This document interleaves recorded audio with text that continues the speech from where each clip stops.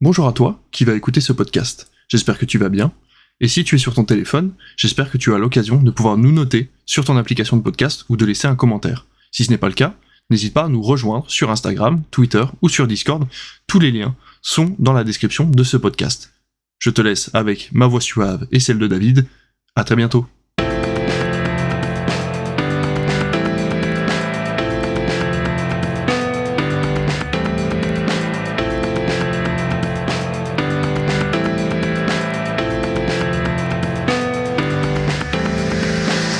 Bonjour David, comment ça va ?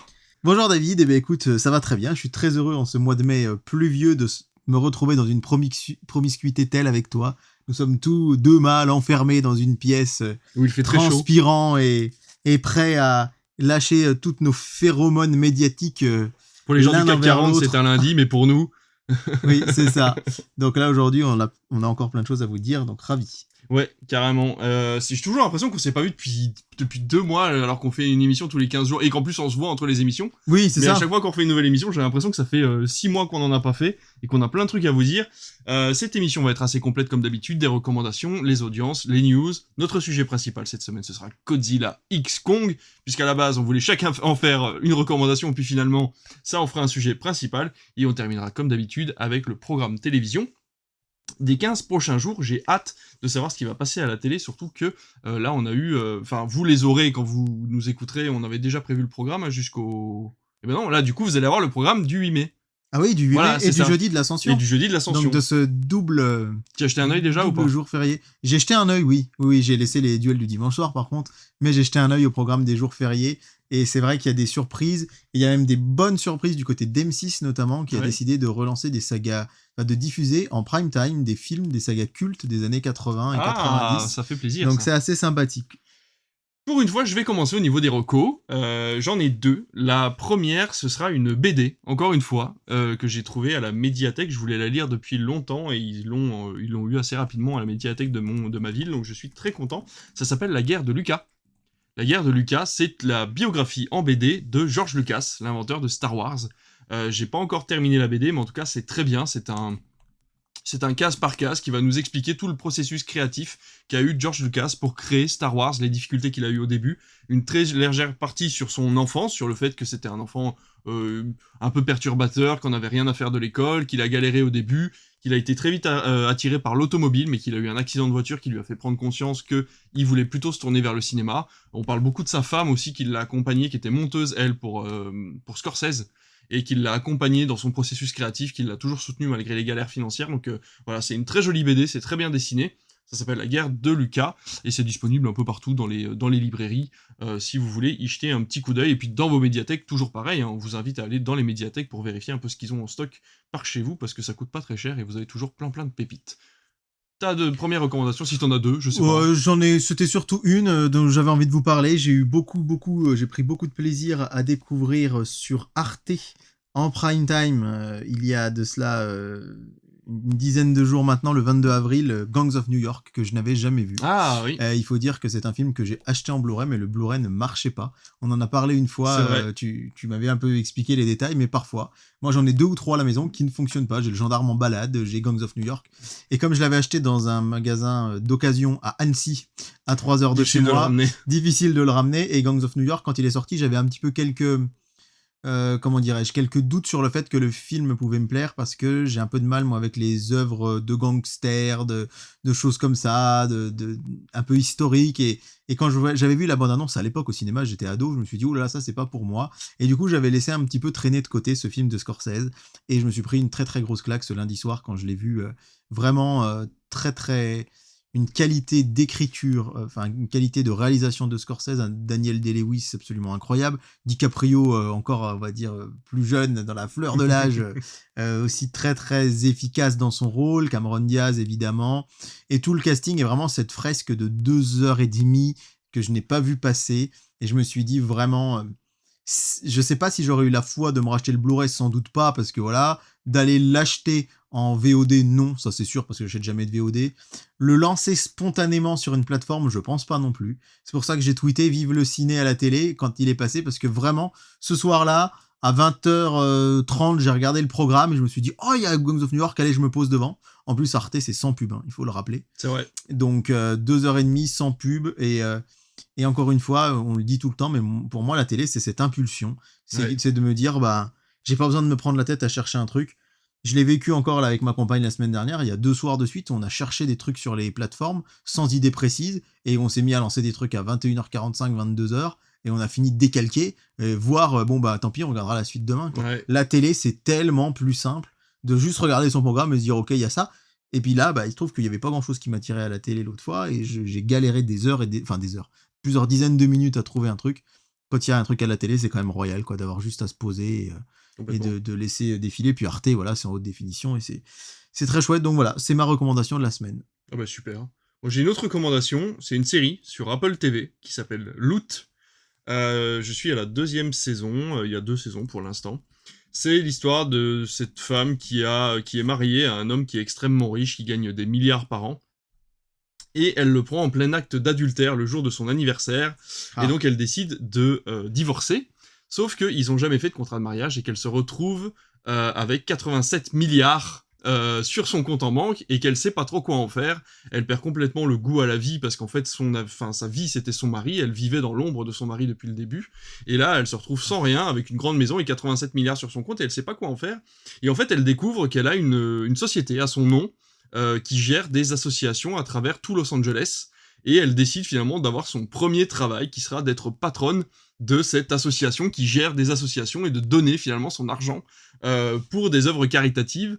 Et elle va gérer ça forcément de piètre façon puisqu'elle est très riche et qu'elle n'a pas l'habitude de côtoyer des personnes qui ne font pas partie de son milieu social. Et donc ça donne des situations qui sont très drôles. Et donc elle va apprendre tout doucement à vivre avec la classe moyenne entre guillemets et comprendre un petit peu comment fonctionne le monde en bas de sa tour d'ivoire. Et c'est une série qui est très tendre, très jolie. Tous les personnages sont très attendrissants, ils sont un peu loufoques, mais ils méritent tous d'avoir presque leur spin-off en fait, tellement ils ont des choses à dire. C'est très très bien écrit. Et la 2e saison commence vraiment sur quelque chose. C'est pas un spoil, mais en fait en fin de saison, elle décide de donner tout son argent. Elle décide vraiment de reprendre une vie à zéro et de se dire que ça sert à rien d'être riche si c'est pour parler entre riches et de problèmes de riches et de faire semblant que l'écologie, ça ne concerne que les gens qui peuvent se payer une maison qui est complètement autonome, même si elle est entièrement verte.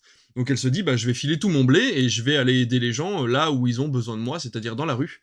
Et vraiment, le discours qu'elle a en fin de première saison, au début, je voulais pas en faire une reco, et ce discours de fin de première saison m'a vraiment pris aux tripes, et je me suis dit, waouh, ça fait bizarre de voir une série américaine qui part vraiment sur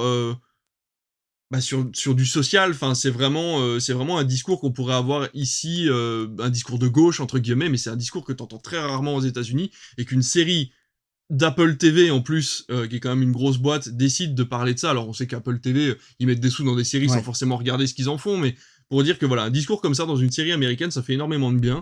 Donc si vous avez l'occasion d'y jeter un œil, ça s'appelle Loot, et c'est disponible sur Apple TV, et forcément sur Canal si vous avez Canal, puisqu'Apple TV est inclus dans votre forfait Canal, et moi je n'ai plus du tout Ciné+, ni plus aucun pack inclus. J'ai découvert ça mercredi. Mardi après-midi, j'avais commencé Promare, puisque Ciné+ a plein d'animés japonais en ce moment. Le mardi après-midi, je commence Promare, je n'ai pas le temps de le finir, je me suis dit c'est pas grave, je le finirai demain. Mercredi matin, plus rien. Changement de mois.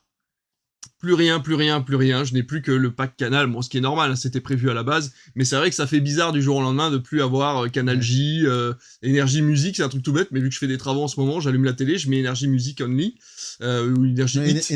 Énergie Hit. Et là, j'ai été obligé de mettre C-Star, qui au bout d'un moment n'a plus de clips en fait, il passe sur des programmes normaux, donc c'est vrai que ça fait vraiment bizarre. Le pack doit être à 5€ avec les 70 chaînes. Ah, ça vaudra peut-être le coup, j'y regarderai. Voilà, ça peut valoir le coup, Eh ben écoute, voilà pour nos recommandations, ça sera tout de ton côté aussi, je pense. Ouais, je vais aussi peut-être dire un petit coucou quand même pour s'il y a des gens qui nous écoutent de là-bas, la convention Star Wars et science-fiction de QC dans l'Allier, j'y suis allé encore cette année. C'est un événement, c'était la 10e fois que j'y allais depuis 2011, donc avec l'année d'annulation du Covid, on va dire que j'en ai fait quand même une grosse partie. C'était au démarrage un tout petit événement Star Wars cool, et là ça prend une ampleur de malade. Ils ont quand même des grosses stars qui viennent à chaque fois. Alors là c'était Anthony Daniels, donc c'est 3PO de la trilogie originale.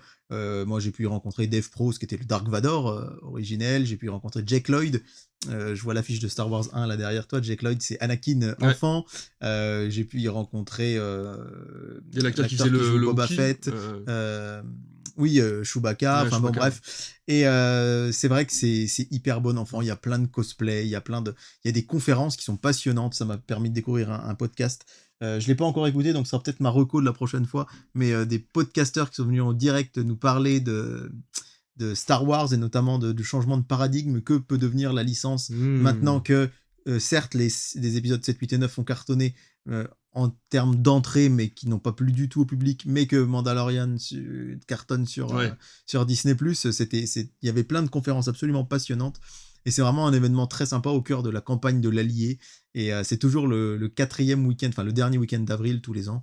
Donc si jamais, on en reparlera peut-être l'an prochain, hein, mais c'est un très très chouette événement. Donc c'est pas une recommandation, mais c'est un petit coup de cœur toujours sympathique. Ça nous permet de faire le pont, parce que le pont du 8 mai d'ailleurs, mais juste avant le pont du 8 mai, vous aurez surtout le Star Wars Day, où partout en France, Star Wars épisode 1 sera diffusé dans plein de cinémas, entre le 4 et le 5 mai, ça dépend des disponibilités de chaque ciné, et certains cinémas auront même la chance de pouvoir diffuser les 9 épisodes, ce qui est extraordinaire. Si vous avez une ville qui fait ça à côté de chez vous, allez-y, parce que c'est une grande chance, il y a très peu de cinémas qui ont eu accès. Alors le Grand Rex à Paris l'a fait hier, pour le 1er mai, a commencé à minuit 00, minuit 002 l'épisode 1, et ça s'est terminé à minuit vraiment le lendemain avec l'épisode 9, avec 45 minutes de pause, je crois, entre chaque épisode.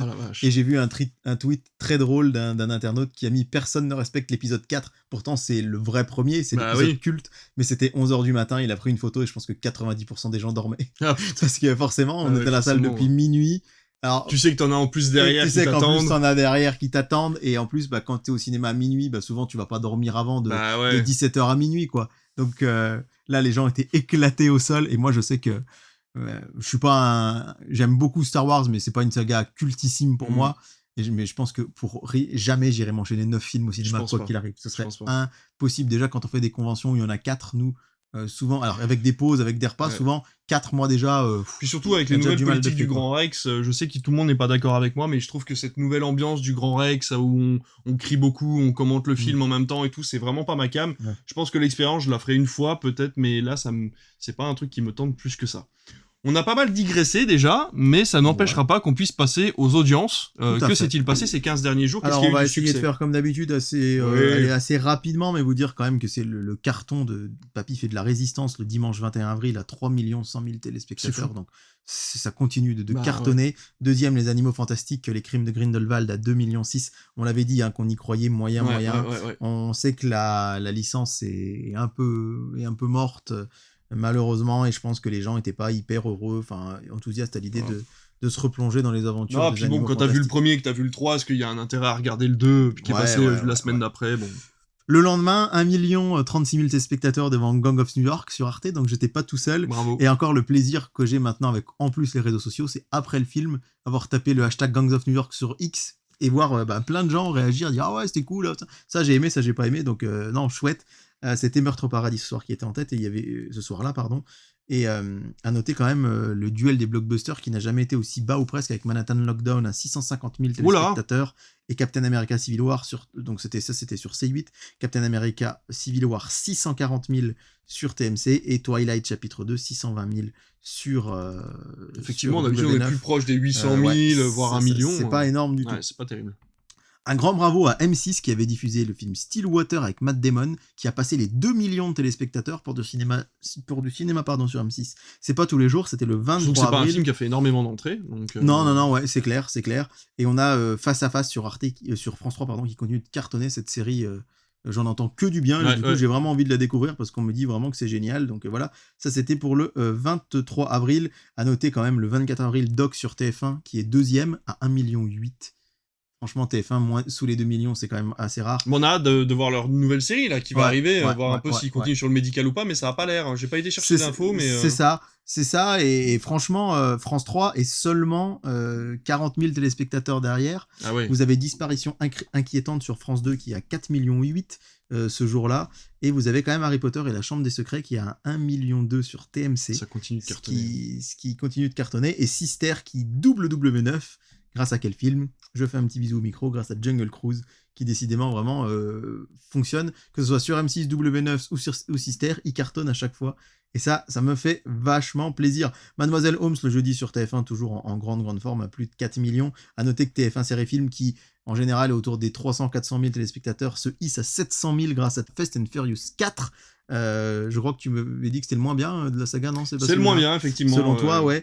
Et ça les hisse 6e chaîne nationale, c'est un score juste énorme, donc un grand bravo à TF1 Série Film avec les Fast and Furious qui cartonnent. Je vais vous dire un petit mot aussi de Captain Marlowe qui continue de baisser, et vraiment, j'ai lu justement dans mes programmes télé différents des gens qui râlent de plus en plus sur la nouvelle mouture. On en avait parlé la dernière fois déjà, ou l'avant-dernière fois. L'héroïne principale devenait un peu malaisante. Ouais, c'est ça.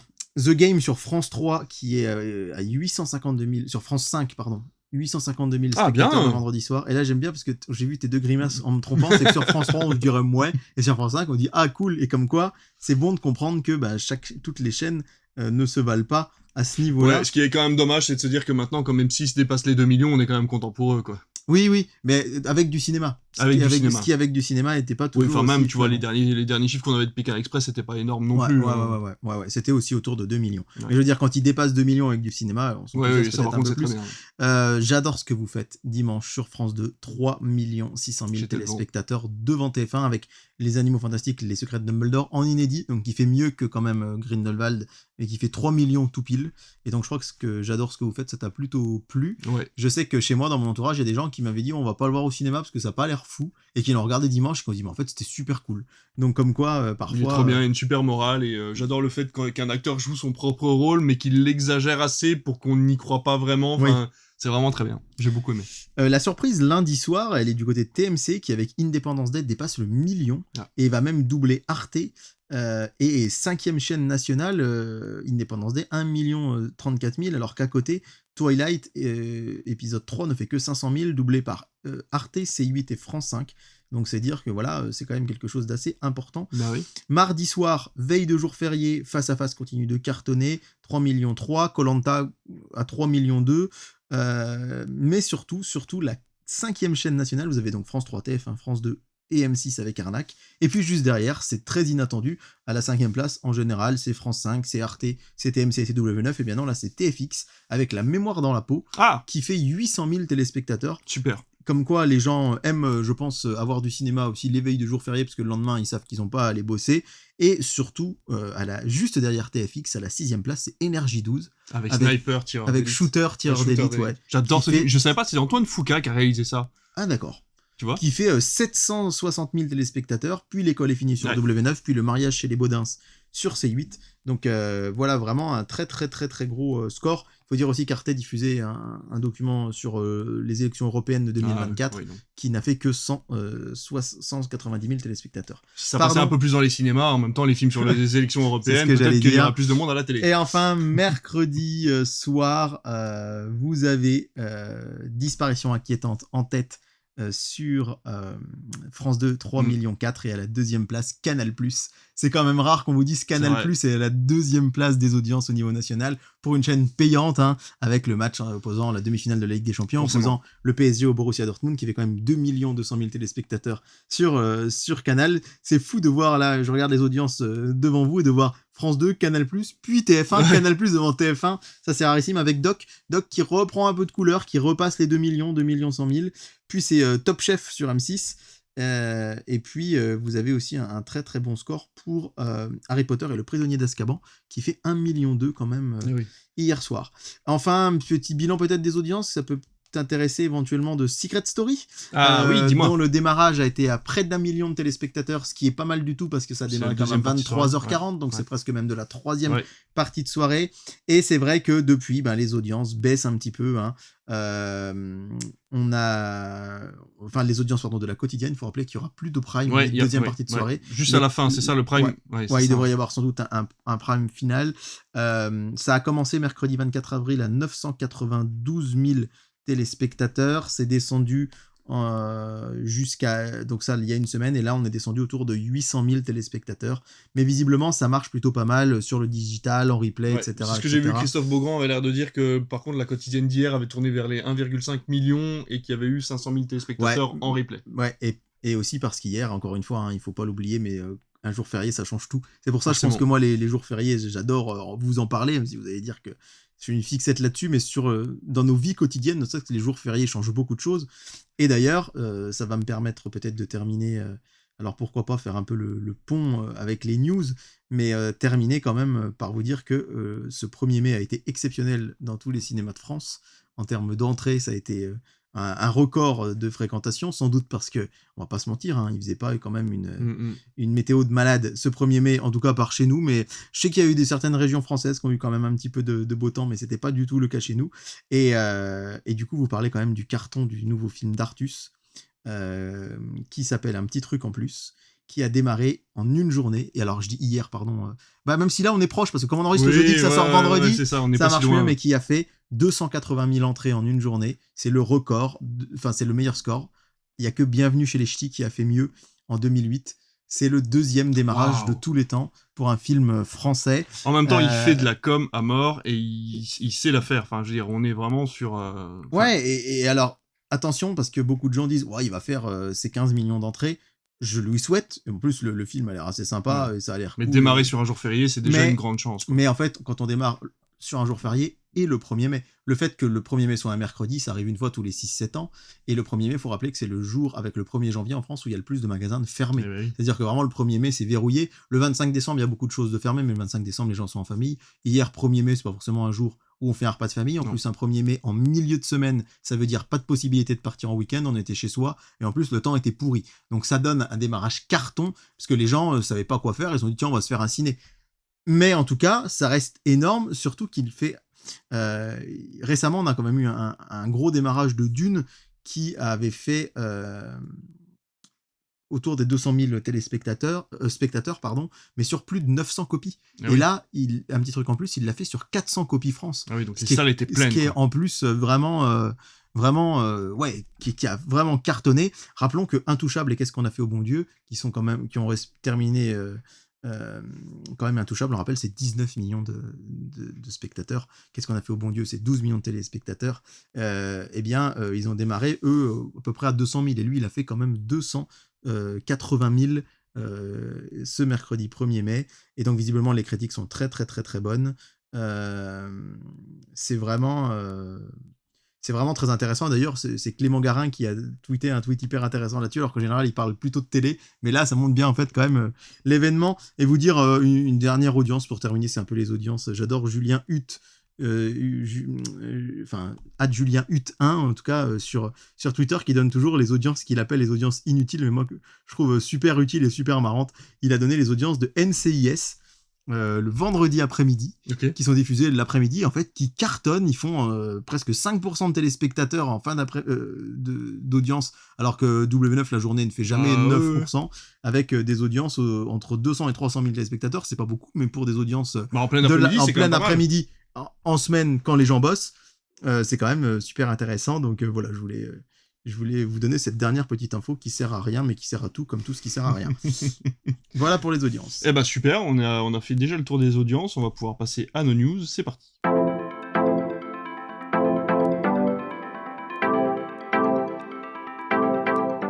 Alors on va commencer avec les news, et puis finalement on va rester un petit peu à la télé, c'est toi qui vas commencer, et tu vas nous parler de France 2 qui a pris de grandes décisions par rapport à ses émissions. Ouais, il y a beaucoup d'émissions qui vont s'arrêter sur France 2, alors c'est vrai que les gens râlent un petit peu parce qu'ils trouvent qu'on n'a pas laissé forcément le temps à ces émissions de s'installer. On en avait parlé un tout petit peu ces derniers mois, alors c'est vrai qu'on va avoir forcément juillet, août, incroyable sur France Télé, on rappelle le Tour de France, 4 à 5 millions de téléspectateurs en après-midi en juillet, et qui va s'enchaîner direct avec les Jeux Olympiques qui vont débuter le vendredi 26 juillet pour s'achever le lundi 11 août. Donc ça fait quand même un sacré panel d'épreuves sportives, et ça risque d'être quand même assez incroyable. Mais par contre, c'est vrai qu'on fait le ménage dans plein d'émissions de télé. Vous avez notamment un monument sur France 5 qui s'arrête l'après-midi, le magazine de la santé, qui avait été emmené pendant de nombreuses années par Michel Simès, et là qui était uniquement avec sa co-animatrice de l'époque, Marina Carrère d'Ancos. Alors on parle quand même, ils aimeraient lancer une chaîne télé dédiée à la santé, Ok. tous les deux. Ok. Alors peut-être sur Canal, mais en tout cas sur les box. Et c'est vrai que c'est pourquoi pas, parce qu'il y avait des chaînes santé il y a très longtemps qui n'existent plus.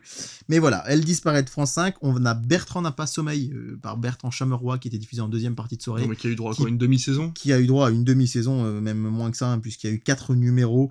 Et le dernier s'est achevé à 559 000 téléspectateurs pour 5% du public seulement. Nos grandes décisions, ça c'était Hugo Clément en direct, qui était en prime et qui malheureusement ne reviendra sans doute pas non plus, même s'ils vont peut-être modifier le format. C'est à voir avec un certain monsieur Thierry Ardisson qui est le producteur de l'émission. D'accord. Ça vaut le coup aussi, c'était lancé par Faustine Bollard en après-midi le week-end. Alors elle cartonne les après-midi sur France 2, hein. Mais là cette nouvelle émission, visiblement ne valait peut-être pas tant le coup que ça.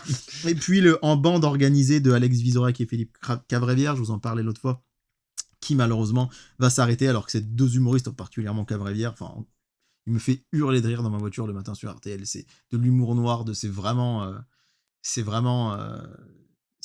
sais pas comment il trouve ces vannes, mais alors sur Depardieu, il y avait le président d'Amazon qui était là, et dit au président d'Amazon, maintenant sur les livres, on a 3 € de frais de port, et avec Depardieu dans le cinéma, on a un port aux frais. Et c'est vrai que c'était...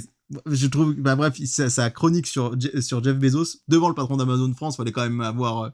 bref, il a d'ailleurs dit avec beaucoup d'humour qu'il espérait quand même faire partie de LOL saison 5 par la suite. Mais bon, l'émission de télé du dimanche après-midi marche moins bien, avec notamment, du coup, c'est Frédéric Lopez avec son Dimanche à la campagne qui va être agrandi. Oui. Et on parle aussi, alors pour l'instant, c'est pas vraiment acté, j'ai pas trouvé d'article, mais c'est plus des rumeurs de l'arrêt de Bel et Bien. Et ça me peine beaucoup parce que cette émission, elle est vraiment très bien. C'est le samedi matin, je crois, de 9h à 10h sur France 2. Et comme moi, le samedi, je me lève pas bien de bonne heure. Souvent, je déjeune devant Bel et Bien. Je vérifie l'horaire. C'est 9h25 à 10h50. Oui, je me lève vraiment pas de bonne heure le samedi. Et ça va, 9h25, c'est pas si mal. Ça va. Merci. Souvent, on nous culpabilise. On dit, moi, à 7h, je suis debout. Moi, j'aimerais bien me lever à 9h25. Et Bel et Bien, c'est une émission vraiment feel good qui nous aide à nous sentir mieux dans notre peau avec toutes les semaines un sujet particulier. J'avais adoré une émission spéciale nostalgie. Pourquoi est-ce qu'on est nostalgique? Pourquoi est-ce qu'on se rappelle du passé? Alors il y a des psychologues, il y a toute une équipe autour de la table avec autour d'Agathe Le Caron. Il y avait une super émission aussi. Et voilà, ça traite de tout. Ça peut être sur la sexualité, sur le fait de vieillir. C'est des sujets du quotidien, mais traités avec plein d'experts. C'est une bande autour de la table. C'est tourné à Studio Gabriel, le studio de Michel Drucker sur les Champs-Élysées. Donc si jamais vous m'écoutez, que le samedi matin, vous êtes comme moi, vous déjeunez un peu tard, mettez France 2, parce que si l'émission fait de l'audience d'ici la fin de l'année, elle sera peut-être sauvée. Et c'est vrai que moi, j'avais mon petit rituel du samedi matin, quand je ne faisais rien, c'était d'enchaîner Bel et Bien avec Génération Ushuaïa sur TF1, que j'adorais cette émission, qui a été arrêtée du fait de Bonjour, en fait, quand Bonjour est arrivé sur TF1, comme TF1 n'avait plus, ils ont expliqué TF1 que c'était pas contre l'émission qui faisait des audiences correctes, mais ils avaient juste plus assez de place pour les dessins animés, et du coup, le samedi matin, c'était dessins animés jusqu'à midi. C'est maintenant dessins animés jusqu'à midi. Voilà donc pour ces annonces pas très réjouissantes pour France Télévisions, pour toutes ces émissions qui malheureusement vont s'arrêter. Effectivement. Moi, je passe directement du côté télé au cinéma pour vous dire que Kraven, le film de Sony que tout le monde attend depuis des années, bien évidemment, c'est le Marvel que tout le monde attend depuis 2023, est encore retardé. Il sortira finalement au mois de décembre de cette année, date à laquelle était prévu normalement le nouveau film Karate Kid dont je vous ai parlé il y a quelques émissions, qui tentait de trouver son jeune acteur, on pouvait envoyer son CV si on avait envie de peut-être être le nouveau Karate Kid. Au lieu d'être en décembre, Karate Kid sera au mois de mai 2025, et puis donc du coup en décembre 2024. En même temps, ça semblait quand même impossible entre la news du recrutement de l'acteur et le tournage, ça paraissait difficile de sortir en décembre 2024. Oui. Quoi qu'il en soit, Kraven c'était quand même prévu pour novembre 2023 à la base. Ça a été repoussé à octobre, ça a été repoussé à août 2024. Oui, ça devait être cet été, Et finalement, ce sera décembre 2024. Alors attention, parce que c'est 2 news en une, puisque je ne le savais pas, mais en fait, Kraven va se retrouver finalement au mois de décembre contre un mastodonte, dont je n'étais pas au courant. Un lion? Un lion? Non, il va être face à Mufasa, je crois. Alors déjà, oui, effectivement. Non, alors pas tout à fait, puisque à la date où il va sortir le 15 décembre, je crois. Ah oui, c'est une semaine avant. Voilà. Bon, ça veut dire qu'il va quand même y être pas loin. Sauf que cette semaine-là sort Le Seigneur des Anneaux, la bataille de Rohirrim, un film d'animation Warner Bros. Ah oui, c'est vrai. Et je savais pas. T'étais au courant, toi? Ah oui, bien sûr. Ah ouais? Bien sûr. Mais je l'ai annoncé, je crois, dans le line-up de début d'année. Ah, c'est possible, ouais, mais, Oui, mais c'est vrai vu que je t'écoute pas. Voilà, c'est ça. Hein, c'est comme dans les vieux couples, au bout d'un moment, on s'écoute plus l'un Alors, l'autre. faut savoir, et on met les pendules à l'heure. C'est pas que j'écoute pas David, c'est que j'ai une mémoire, mais alors défaillante au possible, et C'est que vrai. du coup, Des fois, il m'appelle Michel. Des fois, je l'appelle voilà, ou Roger, ça dépend. Voilà. Mais voilà, pour dire que c'est ma mémoire qui me fait défaut, et absolument pas le fait que je n'écoute pas David, parce que je suis attentif et je suis pendu à ses lèvres. Pas littéralement, parce que sinon t'aurais du mal à parler pendant le podcast. C'est vrai. Mais, voilà. Je sais qu'on a dit qu'on était tous les deux dans la promiscuité de l'émission, mais quand même pas jusque-là. Une news très rapide avant que tu reprennes les tiennes. Est-ce que tu savais qu'Emma Stone ne s'appelait pas Emma Stone? Et oui, elle s'appelle Emily. J'ai découvert ça. Voilà. Et donc, elle s'appelle Emily Jane Stone, et qu'elle demande maintenant à ce qu'on l'appelle comme ça. Et en fait, elle s'appelle Emma Stone parce que quand elle est arrivée aux États-Unis à la SAG-AFTRA, quand elle s'est engagée avec les syndicats, il y avait déjà une Emily Stone. Et donc, du coup, pour pas faire doublon, elle avait décidé de se faire appeler Emma. Et donc, en fait, elle a jamais annoncé vraiment, elle a jamais osé dire à tout le monde qu'elle s'appelait pas vraiment Emma. Et donc, sur le tournage de son dernier film, eh ben, ça doit être Kind of Cadness de Yorgos Lanthimos. Elle est en train de faire la communication pour celui-là, je pense. Ouais. Je elle cherchais a, une vanne, je voulais dire Camping Paradis, mais c'est pas. Non, c'est pour la promotion autour de The Curse, la série qui est disponible sur Max. Oui, Max. Ou Paramount+. Enfin bon, bref, pour The Curse, du coup. Et donc, voilà, on sait que finalement, elle s'appelait Emily et qu'elle aimerait bien que tout le monde l'appelle comme ça. Donc, dorénavant, si vous avez l'occasion d'appeler Emma Stone Emily Stone, bah, elle sera très contente, même si elle vous parle pas. Oui, c'est ça. Moi, c'est vrai que je l'ai changé dans mon répertoire de téléphone. Bah oui, j'ai changé parce que je voulais pas la vexer. Je lui ai envoyé un message aussi pour lui dire désolé, excuse-moi d'avoir appelé Emma pendant des années. Mais bon, en même temps, fallait nous le dire. D'autres copains, du coup, on va parler d'Astérix. Oui, et plus globalement de Studio Canal. Hein, il y a eu une grosse annonce qui a été faite il y a quelques jours, le 29 avril, c'était donc lundi. Ils ont annoncé la création de leur label Studio Canal Story. Tu me piques une news. Mais parce qu'en fait, c'est en annonçant Studio Canal Story. Studio Canal Story, ce sera donc un label dédié aux adaptations littéraires de films et de séries, et c'est dans le cadre de Studio Canal Story qu'ils ont signé un accord avec les éditions Albert René pour le développement du prochain Astérix live au cinéma, puisqu'ils disent que près de la moitié des plus grands succès du cinéma en France 42%. étaient des adaptations littéraires. Et donc, dans ce cadre-là, ils ont acheté, c'est quand même un petit séisme, hein, puisqu'on rappelle que Astérix Obélix contre César, Mission Cléopâtre, aux Jeux Olympiques et l'Empire du Milieu, j'allais dire l'Empire contre-attaque, je suis encore dans Star Wars, étaient des productions pâtées. Il y avait simplement Au service de Sa Majesté qui lui était chez Wild Bunch à l'époque, et c'est pour ça que c'est amusant que le film, vous voyez, TF1 a les droits de tous, sauf de celui-là. C'est ça. Et donc, je vais pas en dire plus sur les adaptations de bouquins puisque tu vas en parler, mais voilà ce qu'a déclaré Anna Marsh, la directrice générale de Studio Canal. Nous sommes conscients du monument culturel que représente Astérix et nous veillerons à respecter son univers, en hommage à l'œuvre de ces formidables créateurs, René Goscinny et Albert Uderzo. Je rappelle qu'il y a un magnifique documentaire sur MyCanal qui s'appelle Uderzo sur le divan d'Astérix, que j'ai trouvé fascinant. C'est sur Canal Plus Doc, vous pouvez le voir sur MyCanal qui est très très chouette. Et donc, c'est un immense séisme, hein, et je pense que ça a dû être aussi un immense chèque fait à Pathé. Alors je sais pas comment ça marche. Est-ce que ils ont racheté les droits à Pathé, ou est-ce que les éditions Albert René, ils avaient terminé, on va dire, leur contrat avec Pathé, et qu'ils ont renouvelé? C'est peut-être ça tout simplement. Alors si c'est ça, je pense qu'ils vont l'avoir quand même un peu mauvaise du côté de chez Pathé. On rappelle que Paddington, c'est aussi Studio Canal, et qu'il va y avoir un nouveau Paddington en 2025. Ouais. C'est Paddington au Pérou. Et donc, chez Albert René, on dit, la présidente d'Albert René, Isabelle Magnac, a dit que Studio Canal avait de l'ambition, du savoir-faire à l'international et une qualité des équipes très professionnelle. Bien sûr. Et donc, on rappelle qu'en plus, il y aura une série Netflix, Astérix en 2025, sur par Alain Chabat. Et donc, et aussi un nouveau Astérix animé, je ne sais pas si tu l'as vu, en 2026. Oui. SND l'a annoncé. Mais c'est vrai que du coup, vous en doutez, les rumeurs vont bon train. Quid du duo infernal ou pas, Canet-Lelouch?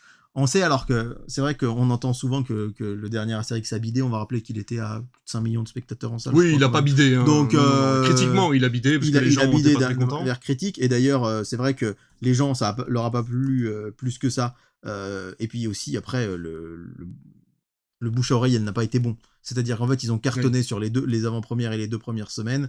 Et puis après, à la fin, ça s'est doucement mais gentiment cassé la figure.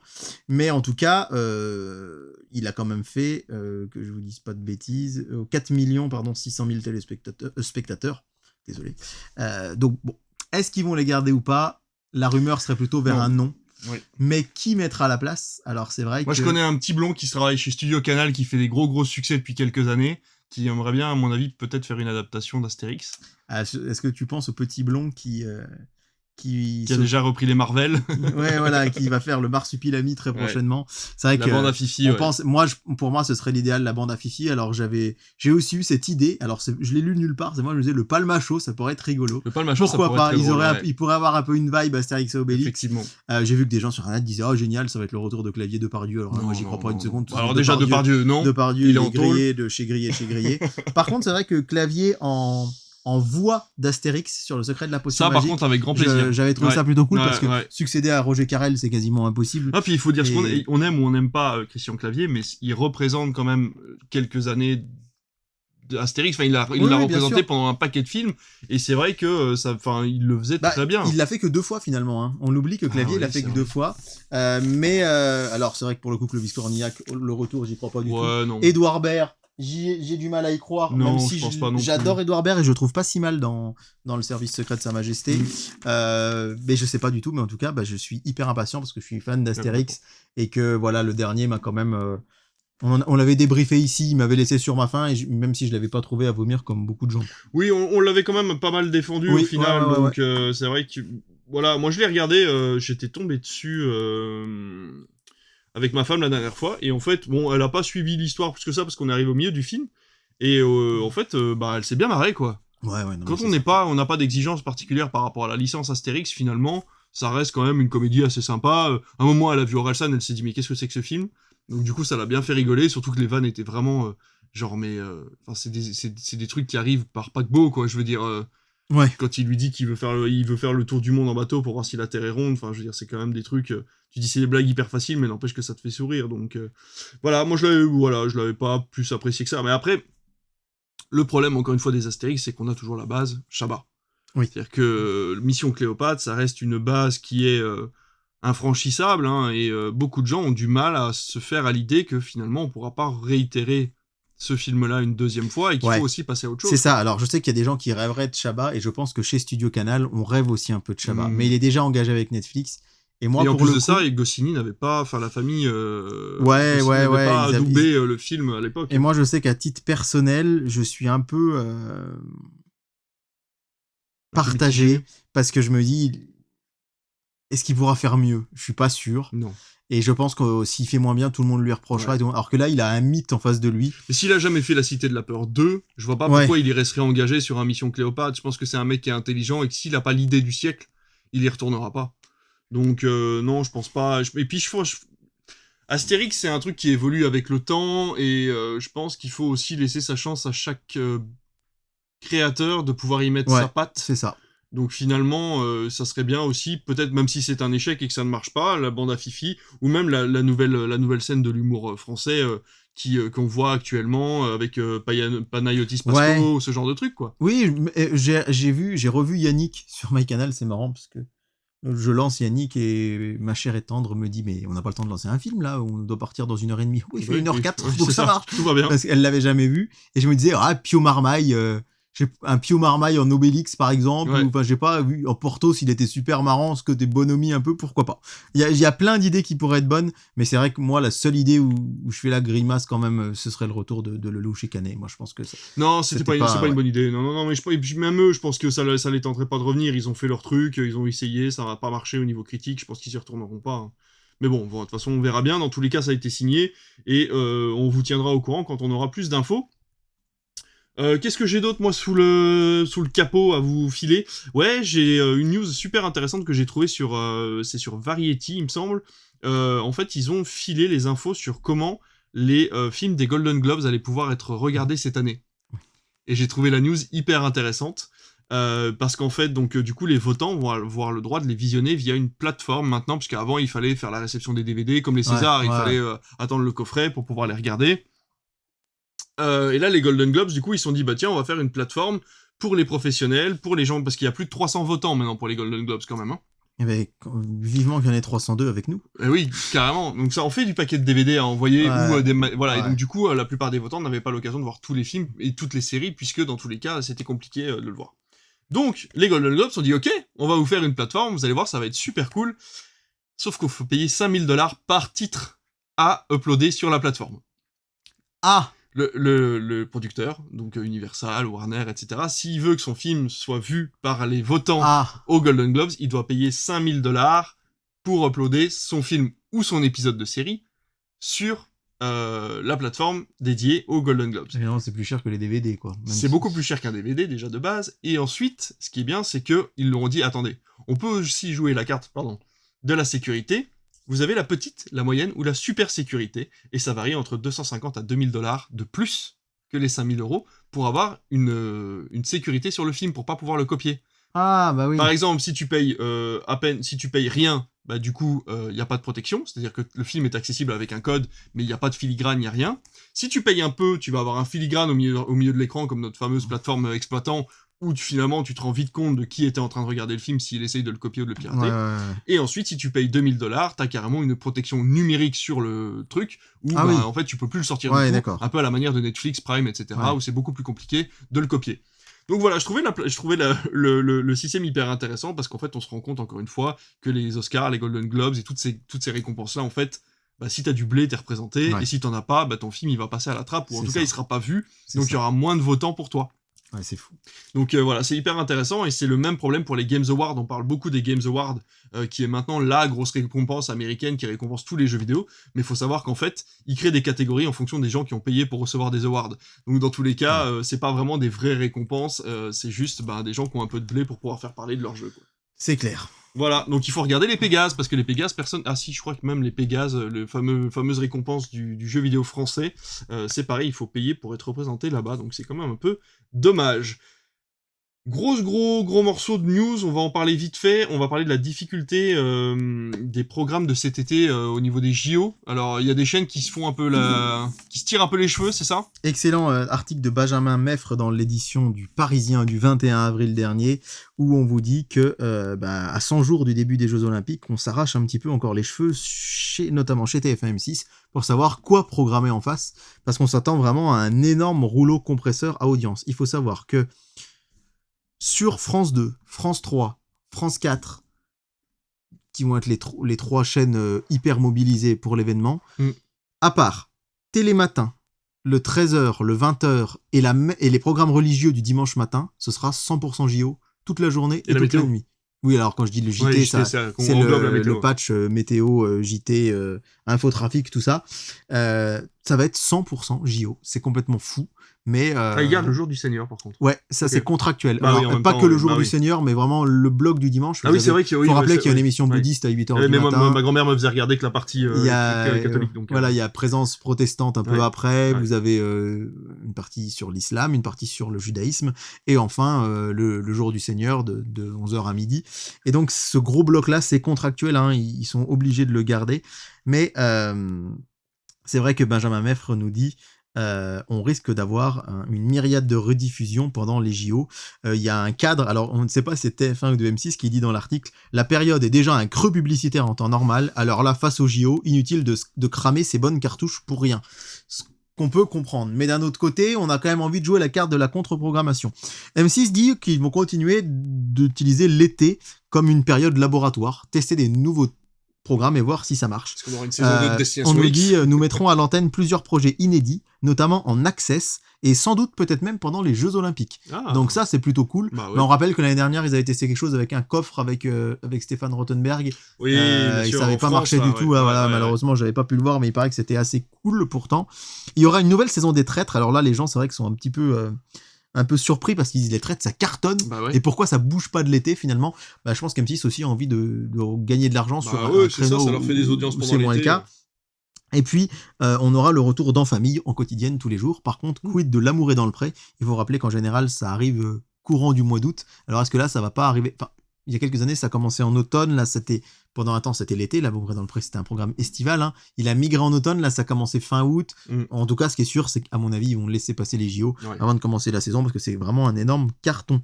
Côté TF1, alors, il faut rappeler qu'on risque d'avoir un très très beau début d'été, mais pareil pour M6 puisqu'ils se partagent les droits, hein, puisque il y aura l'Euro de football. À moitié sur TF1 et à moitié sur M6, avec la finale par contre le 14 juillet Sur là M6. sur M6 en exclusivité.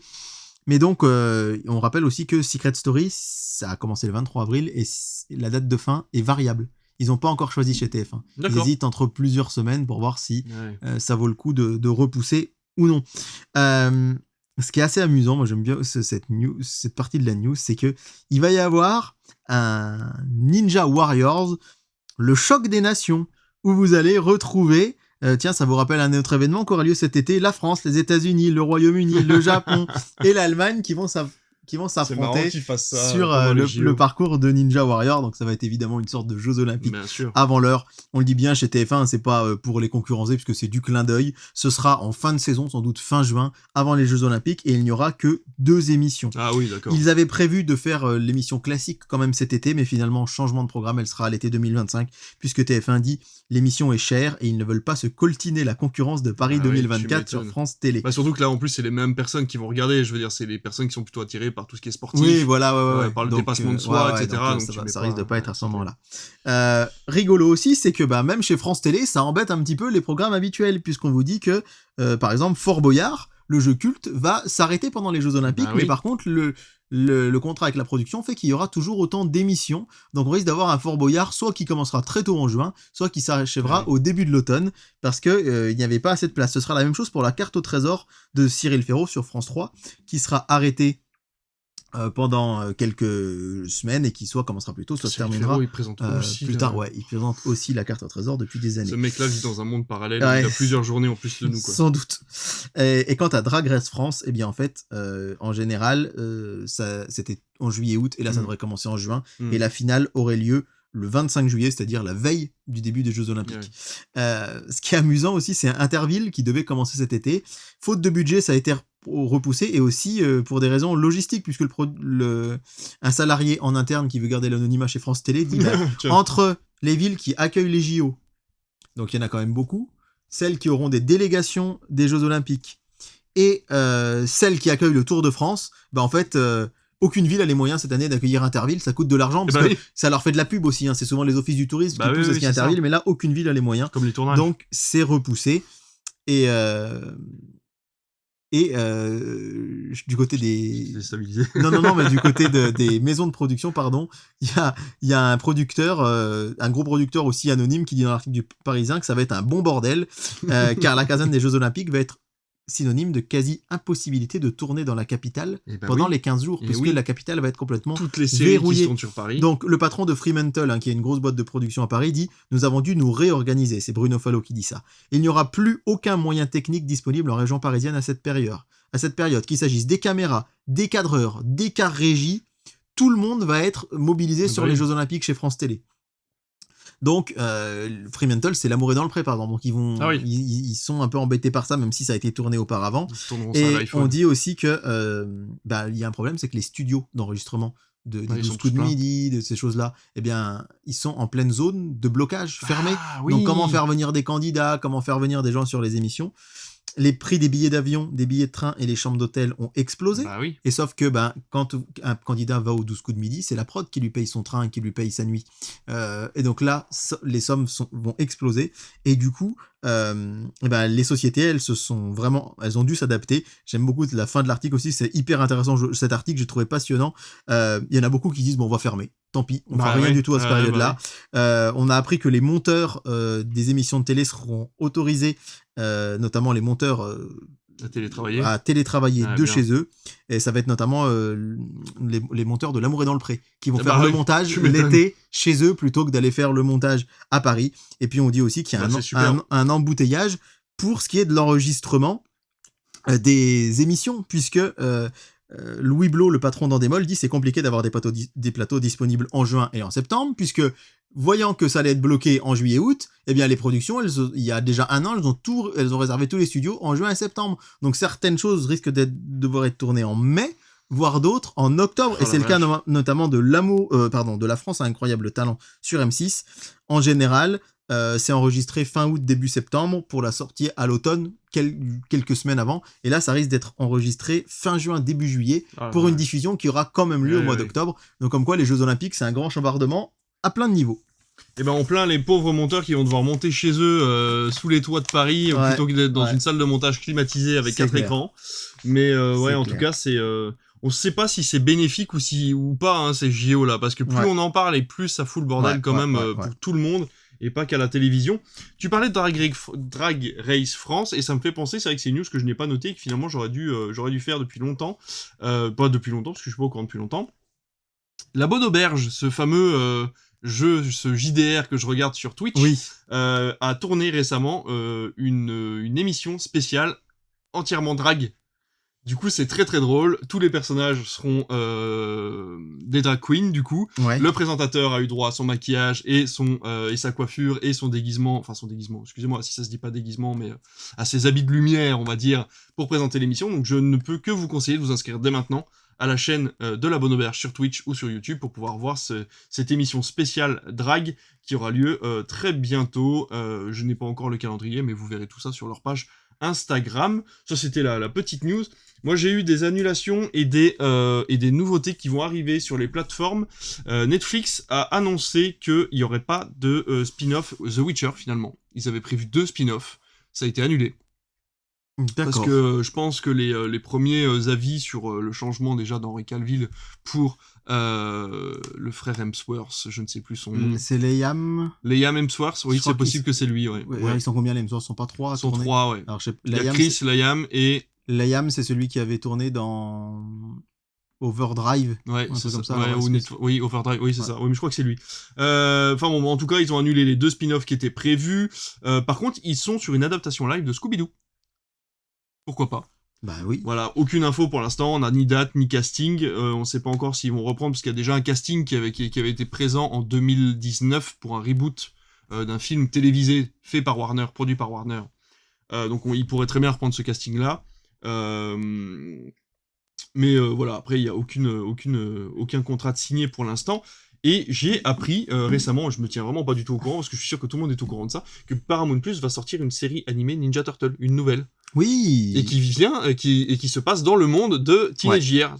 Ouais. Donc alors, voilà, c'est chouette, c'est prévu pour cet été. Apparemment, Paramount Plus est toujours plutôt en bonne forme point de vue abonné, mais par contre en très mauvaise forme financière. Il y a des gens qui ont beaucoup de doutes sur l'avenir peut-être de la plateforme. En même temps, le prix est pas cher. 9€ pour ce qu'ils proposent, c'est vrai. Non, c'est 8€. Ouais, c'est 7,99. Ouais. D'ailleurs, j'y pense de plus en plus parce que vraiment, moi aussi. La pub de Prime me met hors de moi. Je vous assure, vraiment, j'ai regardé LOL il y a quelques jours, des épisodes de 20 minutes coupés par de la pub, mais ça, je me dis, je paye quand même, alors certes c'est pas énorme ramené par mois, mais je paye quand même 70 balles par an, c'est passé quand même de 50 à 70 €, et ça me sort par les yeux les publicités Prime, mais vraiment.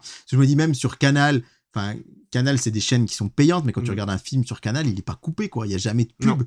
Même le linéaire de Canal est plus permissif que Prime, et vraiment ça me... Et le fait de... Alors, t'as qu'à payer plus? Non, j'ai pas envie de payer plus pour un truc que j'avais gratuit avant. Ah en ouais, fait. c'est ça. C'est ça qui est... Bref, moi, ça m'agace au plus haut point. Non, mais on le redira, je pense, à chaque émission, mais effectivement, je pense que la plupart des gens qui pensaient que virer le... Comment on appelle ça? Je vais y arriver, ce qu'on payait pour la télévision, la redevance, que arrêtez de faire payer la redevance parce que soi-disant ce que vous avez à la télévision c'est censé être gratuit, non, c'est faux. Les chaînes publiques que vous aviez, vous payez 130 € par an pour des chaînes gratuites, et le reste, vous aviez de la publicité sur TF1 et les autres chaînes, mais encore une fois, on le disait, vous avez 3 minutes toutes les 2 heures.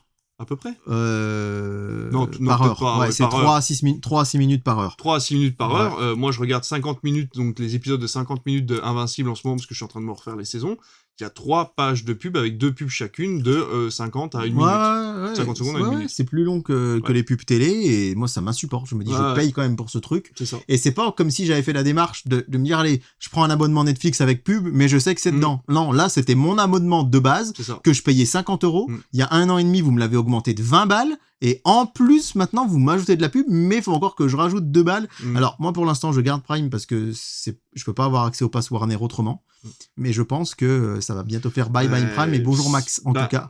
Ah oui, c'est vrai qu'il y a Max. En plus, il y a Max avec les on-dit qui serait peut-être relié directement à Canal. Donc, avec soit un surplus, soit directement relié à Canal pour ses débuts. Je pense qu'il y aura un surplus, je pense, pour Warner. Mais bon. TV, mais bon, voilà, on a hâte de savoir en tout cas où est-ce qu'on doit se placer pour ça. Mais c'est vrai que moi, j'ai un peu de mal. Après, moi, je vis en pleine campagne et je t'avoue que Prime, Ça m'est quand même utile quand je fais 2-3 Oui. commandes sur internet pour avoir mes articles assez rapidement. Mais ouais, j'en fais Mais presque plus. Donc, voilà, toi, si tu commandes jamais sur Amazon, c'est vrai bah, que... de moins en moins, donc ouais, c'est vrai que...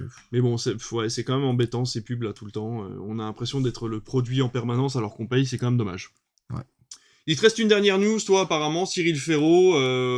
N'était pas assez occupé, donc Voilà, Cyril c'est ça. Ferraud, donc qui arrive à la présentation de Tout le monde veut Pas assez prendre sa occupé, place. il a quand même arrêté une émission pour en prendre une autre. C'est ça, il arrive à la tête de Tout le monde veut prendre sa place à la place de Slam. Alors la news date d'il y a quelques jours, vous l'avez sans doute déjà entendu, mais c'est tellement un séisme parce que vous savez que Jarry ne sera resté qu'1 an, Laurence Boccolini 2 ans, et tout le monde disait Cyril Ferraud ce serait génial, mais jamais il le fera. Alors c'était en échange de Slam, on rappelle qu'il l'anime je crois depuis presque une quinzaine d'années, Slam, hein, c'était vraiment son bébé, mais il a accepté parce que voilà, ça lui décharge du temps avec Slam, et il va arriver quand même sur une case très exposée. C'est marrant parce qu'à part les genres soirées du patrimoine, festival interceltique de Lorient, les choses comme ça qui sont sur France 3, il va pratiquement avoir glissé complètement de France 3 vers France 2. C'est vrai. Et surtout, à guetter les audiences, parce que je pense que chez TF1, on fait pas les malins. On rappelle que TF1, ça fait un moment qu'ils veulent le recruter en tant qu'animateur. Et là, face à Jean-Luc Reichmann, en fait, c'est Clément Garin, je crois aussi, qui disait sur Twitter que quand on regarde les gens qui regardent Slam à 70 ou 80% regardent aussi les 12 coups de midi. Donc, est-ce que des gens vont pas glisser de la 1 vers la 2 pour suivre Cyril Ferraud ? Et c'est le seul jeu encore à l'antenne sur TF1 de manière régulière. Et c'est la poule aux odeurs de TF1. C'est l'immense carton, le jeu de Jean-Luc Reichmann. Et là, je pense que France 2, ils ont peut-être réussi à choper l'animateur, The Animateur avec un grand THE, capable de pouvoir grignoter des parts de marché. Sans doute pas doubler, mais grignoter. Ouais. Et ça, j'ai vraiment hâte de voir les audiences sur le long terme. On va pas se leurrer, à mon avis, le contrat a été revu à la hausse. Oui, non, mais évidemment. Cyril, voilà, bien évidemment qu'il va y aller pour gagner 4 sous. Ils vont pas demander d'arrêter Slam comme ça gratuitement pour passer sur une autre chaîne qui a plus d'audience. Ma dernière news concerne encore une fois le cinéma. On repart à Cannes juste avant le début finalement du festival, puisqu'à la prochaine fois qu'on vous aura en ligne, le festival aura commencé. Oui. On sera en plein dedans. Et ben, on a eu le jury de Cannes qui est franchement impeccable cette année. Alors, il est toujours impeccable, mais c'est vrai que cette année, il est quand même plutôt pas mal. Omar Sy, qui d'ailleurs a un cinéma à son nom, hein, ça fait grincer des dents. Oui, parce que c'était le cinéma Jean Renoir, je crois, et voilà, oui. Et Omar Sy qui a grandi là-bas a eu droit au nom de son cinéma, et on est très content pour lui. Je sais pas pourquoi les gens viennent râler là-dessus, je vois pas ce que ça change, mais en tout cas, voilà, Omar Sy, Eva Green, hein, la fameuse actrice que tout le monde connaît, qui a joué récemment dans Les Trois Mousquetaires Milady et Les Trois Mousquetaires d'Artagnan, et inversement, puisque les films sont sortis dans l'autre sens. Dans l'autre sens. Lily Gladstone, qui fait beaucoup parler d'elle depuis Flowers... Killer of the Flower Moon, merci. Flower of the Killer Moon. The Killer Moon de Sailor Moon. D'ailleurs, j'ai regardé Sailor Moon sur manga, ça a quand même vachement vieilli. Eh ben, je comptais y attaquer. Eh ben voilà, eh ben écoute, comme ça, on passe de Lily Gladstone à Sailor Moon. Cette émission n'a aucun sens. Hirokazu Koreeda, qui fait également partie du jury. Alors, personne... Ah, bon, alors, il suffit. Il fait très chaud dans ce studio. Des gens ont râlé pour dire qu'il aurait mérité de ne pas être juste jury, mais qu'il aurait mérité d'être président. Mais je pense qu'il le sera peut-être un jour. Il y en a beaucoup qui sont dans le jury et plus tard président, bien sûr. Effectivement. Pier Francesco Favino, qui est un acteur du coup italien. Juan Antonio Bayona, que tu aimes beaucoup. Oh, que oui. Et là, quand j'ai vu qu'il était dans le jury, je me suis dit... Bon, il m'aurait donné sa place, j'y serais allé, mais quand même, c'est cool. Ouais, oui. Bon, je sais pas si... ouais, à la limite, pour voir les films en avance. Nadine Labaki, actrice réalisatrice libanaise. Et Brice Ceylan, qui est co-scénariste de Winter Sleep. Bon, il a sûrement fait d'autres trucs, mais c'était pour l'histoire de pouvoir mettre une image. Et puis, forcément, présidé par Greta Gerwig, on l'a déjà dit, on le savait pas d'ailleurs la dernière fois, on a été pris de court. Oui, mais si on l'avait retrouvé quand même. On l'avait retrouvé assez rapidement, mais c'est vrai qu'on aurait pu le savoir. T'as vu, j'aurais pu dire je l'avais retrouvé, mais j'ai dit on, parce que j'aime bien t'associer, je suis pas très vantard. Je me dis, faut quand même, je dis on, tu vois. Non, mais la plupart des trucs, on va pas se leurrer, moi, à part le montage, je ne fais pas grand chose dans cette émission. Donc dans tous les cas, tu fais tout. Mais je fais tout. Non, je ne fais pas. Non, bref, on se partage les tâches de façon équitable, disons-le. Ah bah on est un vrai couple là, qu'est-ce que tu veux? Voilà, exactement. Donc du coup, il me semble qu'on a fini avec les news. Mais oui, on a fini avec les news, me dit-il tout bas. Donc j'adore quand tu me parles tout bas comme ça. Ah mais décidément, mais c'est le dimanche soir sur M6 dans les années 90 cette émission. Dis donc. Heureusement qu'on avait les chaînes qui changeaient rapidement quand on avait les parents qui débarquaient dans le salon.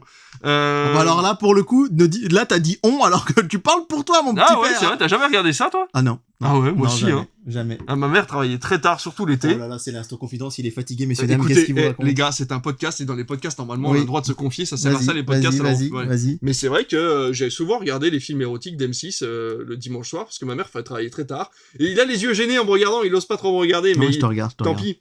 Tant pis pour lui, mais... Non, moi, je Mais regardais en plus, dites-nous, parce que je suis sûr qu'il y en a plein d'entre vous qui nous écoutent et qui ont fait exactement la même chose, mais il faut dire que, voilà, c'était un rituel, finalement, une fois par mois, hein, c'était Oh, ça. non, je crois que C'est c'était toutes les semaines toutes les semaines, ouais. Enfin voilà. Donc pour dire que c'est vrai qu'effectivement, il y a 2-3 fois, j'ai pu jeter un coup d'œil, puis j'ai eu la télé dans ma chambre assez rapidement. Ouais.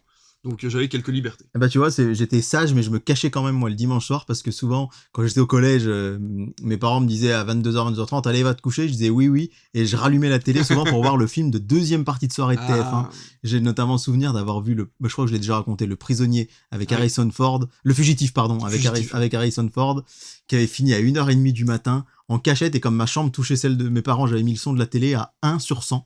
Donc j'entendais murmurer Harrison Ford, mais le film m'avait happé. Par contre, le lendemain au collège, j'étais un zombie. J'avais les yeux qui me sortaient de la tête. Je m'en fous, j'ai vu Harrison Ford, c'est trop bien. Dans tous les cas, Harrison Ford, il joue pas là-dedans, il jouera peut-être dans un autre film très bientôt, mais on a vu Godzilla X Kong et on va vous en parler.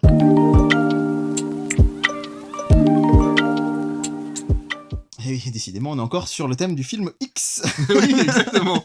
Le film X, Godzilla X Kong. Alors, c'est pas un film érotique, on a le droit d'aller le voir même si on n'a pas 18 ans. Ouais. Et on vous le conseille carrément d'ailleurs d'aller le voir. Donc, c'est la suite de Godzilla versus Kong qui était sorti normalement au cinéma, mais qui aurait dû sortir en mai 2020. C'est ça, mais qui n'a pas eu le droit à sortir en salle puisqu'il y a eu le Covid et la fermeture des salles de cinéma. À part aux États-Unis où quelques salles ont eu le droit de le diffuser puisqu'ils n'ont pas la chronologie des médias. Il faut bien comprendre que si Warner a décidé de le passer au cinéma quand même à un moment ou à un autre, malheureusement pendant 36 mois, puisqu'à l'époque c'était l'ancienne chronologie des médias, pendant 36 mois le film était bloqué, il ne pouvait pas le mettre sur ses plateformes, donc il a décidé de le sortir directement en DVD et Blu-ray plutôt que de le passer en salle obscure, ce qu'on comprend d'une certaine façon, bien que ce soit des films quand même qui sont à voir sur grand écran. Ouais. Et ce qu'il faut rappeler, c'est qu'on avait été un peu frustrés parce qu'il l'avait quand même ressorti en salle aux USA. Et que chez nous, ils l'avaient annoncé peut-être le faire et qu'à la dernière minute, ils l'ont annulé. Ils ont fait ça aussi pour Wonder Woman, qui s'est retrouvé Wonder Woman 84, qu'on avait eu en sortie nationale, nous, dans notre cinéma, mais qu'on n'a jamais pu passer. Mais il faut quand même rappeler qu'il a cartonné Godzilla Kong, le premier, puisque de base, ça devait être, allez, on va dire peut-être pas le point final, mais un bon point à la ligne en disant, allez, on laisse un peu voir le Monsterverse de côté, le temps de voir autre chose. Et en fait, ça a sorti en salle aux US en cette période de Covid à cartonné quand même. Chez nous, il a bien marché aussi en VOD, en DVD, en Blu-ray, etc. Et tout de suite, l'idée de faire une suite qui devait s'appeler Le Fils de Kong de base a été évoquée. Et en fait, dans les enquêtes d'opinion, Warner s'est rendu compte qu'un film Le Fils de Kong, ça attirait pas tant que ça les gens. Alors on a quand même cette thématique un peu du fils de Kong là oui, bien sûr, dans le film. Et finalement, voilà, on a gardé plutôt comme nom Godzilla X Kong, le nouvel empire. Voilà, mais c'est pas le nouvel empire, hein, c'est en mieux plutôt. Non, c'est en mieux, carrément. Ce Godzilla X Kong, donc il raconte la suite de Godzilla versus Kong, on vient de le dire. Kong est parti habiter dans la Terre... du milieu. La Terre du milieu. On y revient, avec Astérix et Obélix. Non, c'est surtout qu'il est parti donc dans la Terre intérieure. La Terre intérieure, merci, c'est comme ça que ça a été traduit en français. Il est parti vivre dans la Terre intérieure, qui est sa terre natale, hein. Pendant que Godzilla s'amuse à aller défoncer du kaiju à droite à gauche dans le monde pour sauver, pas vraiment pour sauver les humains parce qu'il en a un peu rien à péter de l'humanité, il est juste là, ça a l'air d'être son job en fait, hein, tout simplement. D'après les chercheurs du film, il vient quand même pour sauver les gens, c'est-à-dire qu'il débarrasse la Terre des méchants kaiju, c'est ça son but à Godzilla. En tuant à peu près... En tuant quand même quelques-uns à chaque fois, mais... Ouais, c'est qu'il y a quand même quelques humains qui résistent pas au passage de Godzilla à chaque fois, ça reste un monstre, hein, Godzilla, il faut le rappeler, encore une fois, c'est une représentation de la terreur des Japonais après la Seconde Guerre mondiale, donc c'est déjà le premier point intéressant de Godzilla versus Kong, enfin de Godzilla X Kong, pardon, que j'ai trouvé hyper intéressant, ce point positif de retrouver ce Godzilla dangereux, un Godzilla qui n'est pas là pour sauver un maximum de personnes, mais qui est là surtout pour tuer un maximum de kaiju, quels que soient les dommages collatéraux, et donc là déjà on a cette impressionnante bestiole qui se balade à travers le monde. Deuxième point positif pour moi, c'est ce côté Carmen Sandiego où on va à Rome, on va un peu partout dans le monde. Rio de Janeiro, on se retrouve à un moment en France. Ouais, alors au début on parle de Marseille et puis finalement, alors juste, c'est vrai que c'est quelque chose qui m'a fait sourire, mais parce que ça, les gens pourraient voir ça comme un défaut, mais moi je trouve que ça avec la grandiloquence du film, c'est que quand il se passe un truc, genre à un moment, ils sortent à la fin du film Godzilla, Kong et Skull King, Skull Kong, Skull King, Scar King, Scar King, voilà. Ils sortent de terre et ils sortent sur la plage de Copacabana. Ouais. Ils auraient pu sortir n'importe où en Amérique latine, sur une place d'un village du Paraguay, au milieu de l'Amazonie. Non, c'est Copacabana. Comme quand Kong décide de sortir de terre pour appeler Godzilla, il est en plein milieu des pyramides de Gizeh, au même moment où Godzilla, lui, est sur le rocher de Gibraltar. Ah oui, c'est toujours dans des... Mais je trouve que... Là, il te fait un plongeon magnifique depuis Gibraltar, vraiment, en mode, allez, moi j'y retourne. Mais en fait, je trouve ça va avec la grandiloquence du film. Et je sais plus quel journal titrait, en fait, en disant que c'est vraiment du grand spectacle de A à Z. Et en fait, je pense que c'est comme ça qu'il faut le voir. Beaucoup de gens, malheureusement, ont eu la comparaison, moi je trouve un peu... Mais ça n'a pas duré très longtemps, mais on l'a beaucoup comparé à Godzilla Minus One, forcément en disant les Japonais font du quali et les Américains font du mainstream. Et en fait, ça n'a rien à voir. Godzilla Minus One, c'est vrai qu'on est quand même plus dans une fibre plus classique dans le film de kaiju japonais. On est dans un drame historique. Voilà, bien sûr. Et là, on est vraiment dans du blockbuster américain, mais je trouve le bon côté du blockbuster, où c'est un film d'aventure très fun, très jouissif, mais vraiment...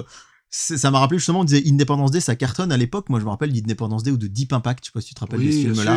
Où en fait, on nous disait, mais vous allez voir, ils ont réussi à casser la Tour Eiffel, ils ont cassé la Maison Blanche. Bah là, Godzilla et Kong, ils défoncent les pyramides. Alors, c'est le prof d'histoire qui vous dit ça, c'est pas bien, mais moi, j'ai kiffé les voir défoncer les pyramides.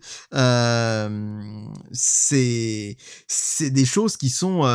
Mais justement, il y a, dans les années 90 comme maintenant, il y a ce côté, vraiment, on s'en fout, c'est pour de faux. Oui, on peut détruire les pyramides de Gizeh, on peut faire dormir Godzilla dans le Colisée, on peut détruire des ponts. Quand il court, Godzilla, il s'en fout. Dans les films des années 2010, quand il y avait un gros monstre ou un truc comme ça, il y avait des trucs qui restaient intacts et on se disait, mais c'est pas possible. Tu vois, c'était vraiment un respect du truc en disant, non, on touche pas à ce genre de monument.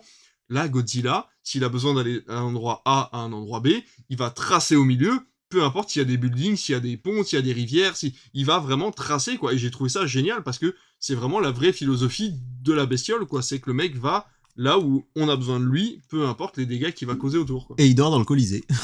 Et il dort dans le Colisée, il est tout mignon d'ailleurs. Vraiment, il est vraiment mignon à ce moment-là. D'ailleurs, je savais pas, enfin, bref, non, je veux pas spoiler, mais bref, on le voit au début du film. Je pense que c'est quand même une critique un peu avec spoil, hein, qu'on a fait, ou plus ou moins, mais moi, ce que je voudrais dire aussi, ce qui me plaît énormément, c'est que les acteurs stars du film, c'est Godzilla et Kong. Ouais, complètement. C'est pas le casting, et je trouve que c'est plutôt une bonne chose. Il n'y a pas de grand renom, en fait. On connaît leur visage. Millie Bobby Brown. Ouais. Alors moi, j'aimais beaucoup l'acteur qui jouait... j'ai oublié. Non, qui jouait... j'ai oublié son nom, qui jouait dans Demain à la Une, qui joue... Ah oui, c'est vrai qu'il joue là-dedans. Ouais, alors, j'ai plus son nom, mais... ouais, c'est vrai que c'était un bon acteur. Kyle Chandler. Ça doit être un truc comme ça, effectivement. Et évidemment, oui, moi j'utilise Quant, donc forcément je vais pas trouver l'information assez vite. Ouais, mais on va trouver ça. Kyle Chandler, tout à fait bien joué, bravo. Que j'aimais beaucoup. Mais Millie Bobby Brown, en fait, vraiment, Warner, ils s'en sont pas cachés, ils ont surfé sur la web Stranger Things, et ils se sont rendus compte que Godzilla 2 avait pas marché. Bah oui. Donc c'était pas... Et là, c'est pas faire offense au casting que de dire que Kylie Hotel, Rebecca Hall, Dan Stevens, Nicolas Crisa, Elisa Gonzalez ou Brian Tree Henry qu'on a vu alors dans Les Éternels par exemple, c'est pas des grandes stars, mais en fait je pense que les stars c'est Godzilla, Kong, et Warner l'a compris. Je pense qu'ils ont aussi fait des économies avec un casting un peu moins ambitieux, mais plus d'argent dans les effets spéciaux qui sont absolument magnifiques. Et du coup, moi j'ai beaucoup aimé le fait que voilà, le film tient la route, et pas forcément grâce à des acteurs hyper connus. Et Trapper, qui est joué par Dan Stevens, j'ai adoré le perso. Ce veto... comme je te le disais, moi j'y ai vu vraiment un film d'aventure dans la jungle, à la Jungle Cruise, Jumanji, Indiana Jones presque par moment, presque Jurassic Park, quand ils sont dans cette terre intérieure, dans cette espèce de forêt. Avec une civilisation inconnue, des temples, des boutons à appuyer, des trucs comme ça. Et puis le retour de Mothra qui, moi, que j'ai adoré, j'ai cette vibe film d'aventure, j'ai trouvé ça super cool, super feel good, et pour moi on est à milieu des Marvel, où avec c'est là où je trouve que finalement Marvel, c'est qu'on essaye de faire du plausible et du vraisemblable avec des trucs incroyables, alors que là, non, on sait très bien que rien n'est plausible, que c'est du film de monstres, de combat de monstres, C'est ça. Et du coup... voilà, cette terre intérieure qui est quand même assez, comme tu le disais, c'est un peu surréaliste, on sait tous qu'au milieu de la Terre, il n'y a rien. plutôt bien expliqué quand même dans Monarch. Et surtout, Ouais. je le redis parce que je l'oublierais presque que cette série qui a été ma première série de 2024, vraiment Monarch, c'est gros coup de cœur. Parce que c'est dans l'univers de Godzilla Kong. On y voit Godzilla quelques fois quand même. Mais il y a aussi ce côté série qui se balade autour du monde. On est un moment en Alaska, on est un moment dans le Sahara, on est au Maroc, on est... avec ce côté super aventurier avec un Kurt Russell qui est impeccable dedans, vraiment je te la conseille, je te l'ai déjà dit, c'est dans ma watchlist. si t'as l'occasion, c'est des petits épisodes de 30 minutes et c'était super cool, et je trouve que vraiment le Monsterverse, qui était quand même presque une blague au début, un peu un truc, enfin voilà, ils ont fait Godzilla, ils ont fait Kong, Skull Island, après Godzilla 2, puis Godzilla Kong, et on s'arrête là. Bah, finalement, le fait que l'univers va s'étendre, je trouve que c'est quand même plutôt une bonne nouvelle, parce que à condition qu'ils en fassent pas le Marvel des monstres. Ouais. C'est-à-dire qu'ils ont annoncé là un nouveau film, une nouvelle série, Monarch saison 2, et un spin-off de Godzilla et Kong. Mais moi je dis, voilà, c'est bien s'ils gardent ce rythme, un tous les 2-3 ans. Ouais. Mais si ça commence à être 2 par an, c'est pas la peine, quoi. Non. Mais je pense qu'ils en ont pas la capacité scénaristique déjà. Et moi, ce que j'ai apprécié aussi dans le film, et je voulais en parler tout à l'heure, c'est la prise de risque. Parce qu'il y a quand même une prise de risque. Le début du film est sans parole. Ouais. On voit Kong qui se balade tout seul dans la terre intérieure, qui se débrouille tout seul. Ouais. Il est très humanisé, ce qui permet de tout... on capte toutes les émotions et ce qu'il a à dire à travers ses yeux, ses mouvements. Je veux dire, il a un dialogue à un moment avec un petit singe. Ils sont tous les deux en train de dialoguer avec des machins, enfin avec des bruits de gorilles, quoi.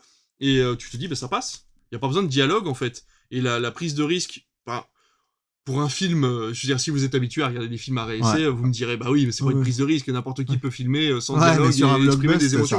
Mais sur un blockbuster, c'est très rare de voir que maintenant, il n'y a plus de dialogue pendant quelques minutes. Il y a Universal qui va faire ça bientôt avec...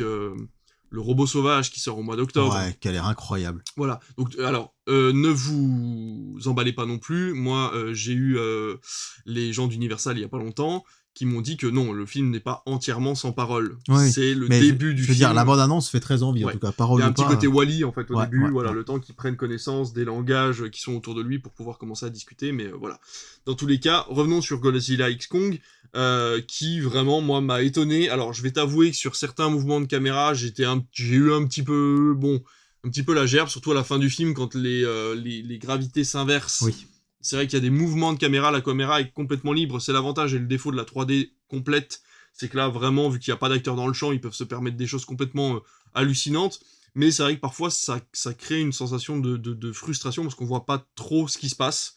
Mais ça n'empêche pas d'apprécier vraiment le spectacle, et le combat final est vraiment extraordinaire, où vraiment il n'y a plus de limite, quoi. Ça pète les bâtiments et ça crache des flammes, ça crache de la glace et c'est hyper jouissif en fait. C'est hyper jouissif et ils ont trouvé une explication à tout pourquoi Godzilla devient de plus en plus fort au fur et à mesure du film pour se préparer à l'événement final. Donc c'est vrai qu'il y a quand même beaucoup de choses qui sont respectées scénaristiquement pour créer un lore profond, et ça c'est hyper intéressant, parce que justement on en parlait dans Marvel, au bout d'un moment le lore, ça part dans tous les sens, il n'y a plus d'explications, il y a 40 ennemis différents qui vont arriver sur Terre, ils sont censés arriver en même temps, mais vu qu'il y a des décalages de chroniques et de temps, etc., on comprend plus rien. Là, il y a un méchant, voilà, et la prochaine fois il y aura un autre méchant, et on verra bien, quoi. Il n'y a pas de préparation, là il n'y a pas de scène post-générique. Merci. Merci de pas mettre de scène post-générique, de pas prévoir des choses que vous ne pouvez pas connaître à l'avance. Enfin, faut pas se leurrer. Il y a des fois, Marvel vous a servi des scènes post-génériques sans savoir ce qu'ils allaient faire avec ça. Et ben là, pour le coup, Warner, ils ont dit non, mais pas de scène post-générique parce qu'on sait pas où ça va aller. Quand on aura un scénario, on vous ressortira un film et puis merci, au revoir, quoi. Donc ça, c'est vraiment top. Merci Marvel. Merci Warner. Ouais, et puis alors, moi je l'ai vu en 4DX en plus, mais je pense que j'aimerais bien un jour vous débriefer l'expérience 4DX vraiment en ayant le temps, mais c'est vrai que c'était vraiment très chouette. Et j'aimerais dire aussi, alors, c'est vrai qu'il y a des gens qui m'ont dit, quand tu disais qu'il y avait des beaux plans dans Spider-Man, pas Spider-Verse, mais Spider-Man... No Way Home. No Way Home, quand même, voilà, non, c'est nul. Et en fait, c'est marrant, c'est cette idée, moi qui me met hors de moi, que parce qu'un film est grand public, et surtout que les gens ne l'aiment pas, tout est acheté dedans. Et pour moi, je continue de dire que John Watts, c'est pas c'est pas le Dédé le bricolo qui a sorti sa caméra. Ouais. Comme je continue à dire, je suis désolé, je n'apprécie pas ces films, mais dans Transformers, Michael Bay fait des plans de malade par moment. Oui, mais à ce moment-là, tu peux envoyer chier comment il s'appelle, David Leitch, c'est lui qui a fait Bullet Train. Il s'appelle David, non? Oui, mais c'est pas David Lynch. Non, pas Lynch. David Leitch. Ah, bah oui. C'est comme ça qu'il s'appelle, hein, lui. On est d'accord. C'est lui qui fait The Fall Guys. Ouais. C'est ça, hein, c'est le même Lequel de nous deux sera le plus rapide? Bon, c'est sûrement toi, parce que c'est David Leitch, ouais. David Leitch. À ce moment-là, tu peux dire la même chose de David Leitch avec son Bullet Train qui fait des plans tout à fait classiques et qui pourtant a des petites épiphanies dans le film où tu te dis putain, ça c'est quand même vachement bien fait, quoi. Quand la caméra, enfin je veux dire, c'est l'excuse de merde, mais de dire allez-y, faites un film, quoi. Faites un film avec uniquement des fonds verts où on vous dit bah en fait votre gars il va avoir un fond vert et vous avez un fond vert et il faut créer des choses avec. Bah je suis désolé, si le réal il a pas un minimum d'imagination et une bonne équipe avec lui, bah le film sera nul. Non, mais et pour le coup, No Way Home, s'il a fait 7 millions d'entrées, c'est que le film était pas si nul que ça et qu'il y avait quand même des idées à l'intérieur. Mais je m'attendais pas à ce que tu me dises une petite épiphanie.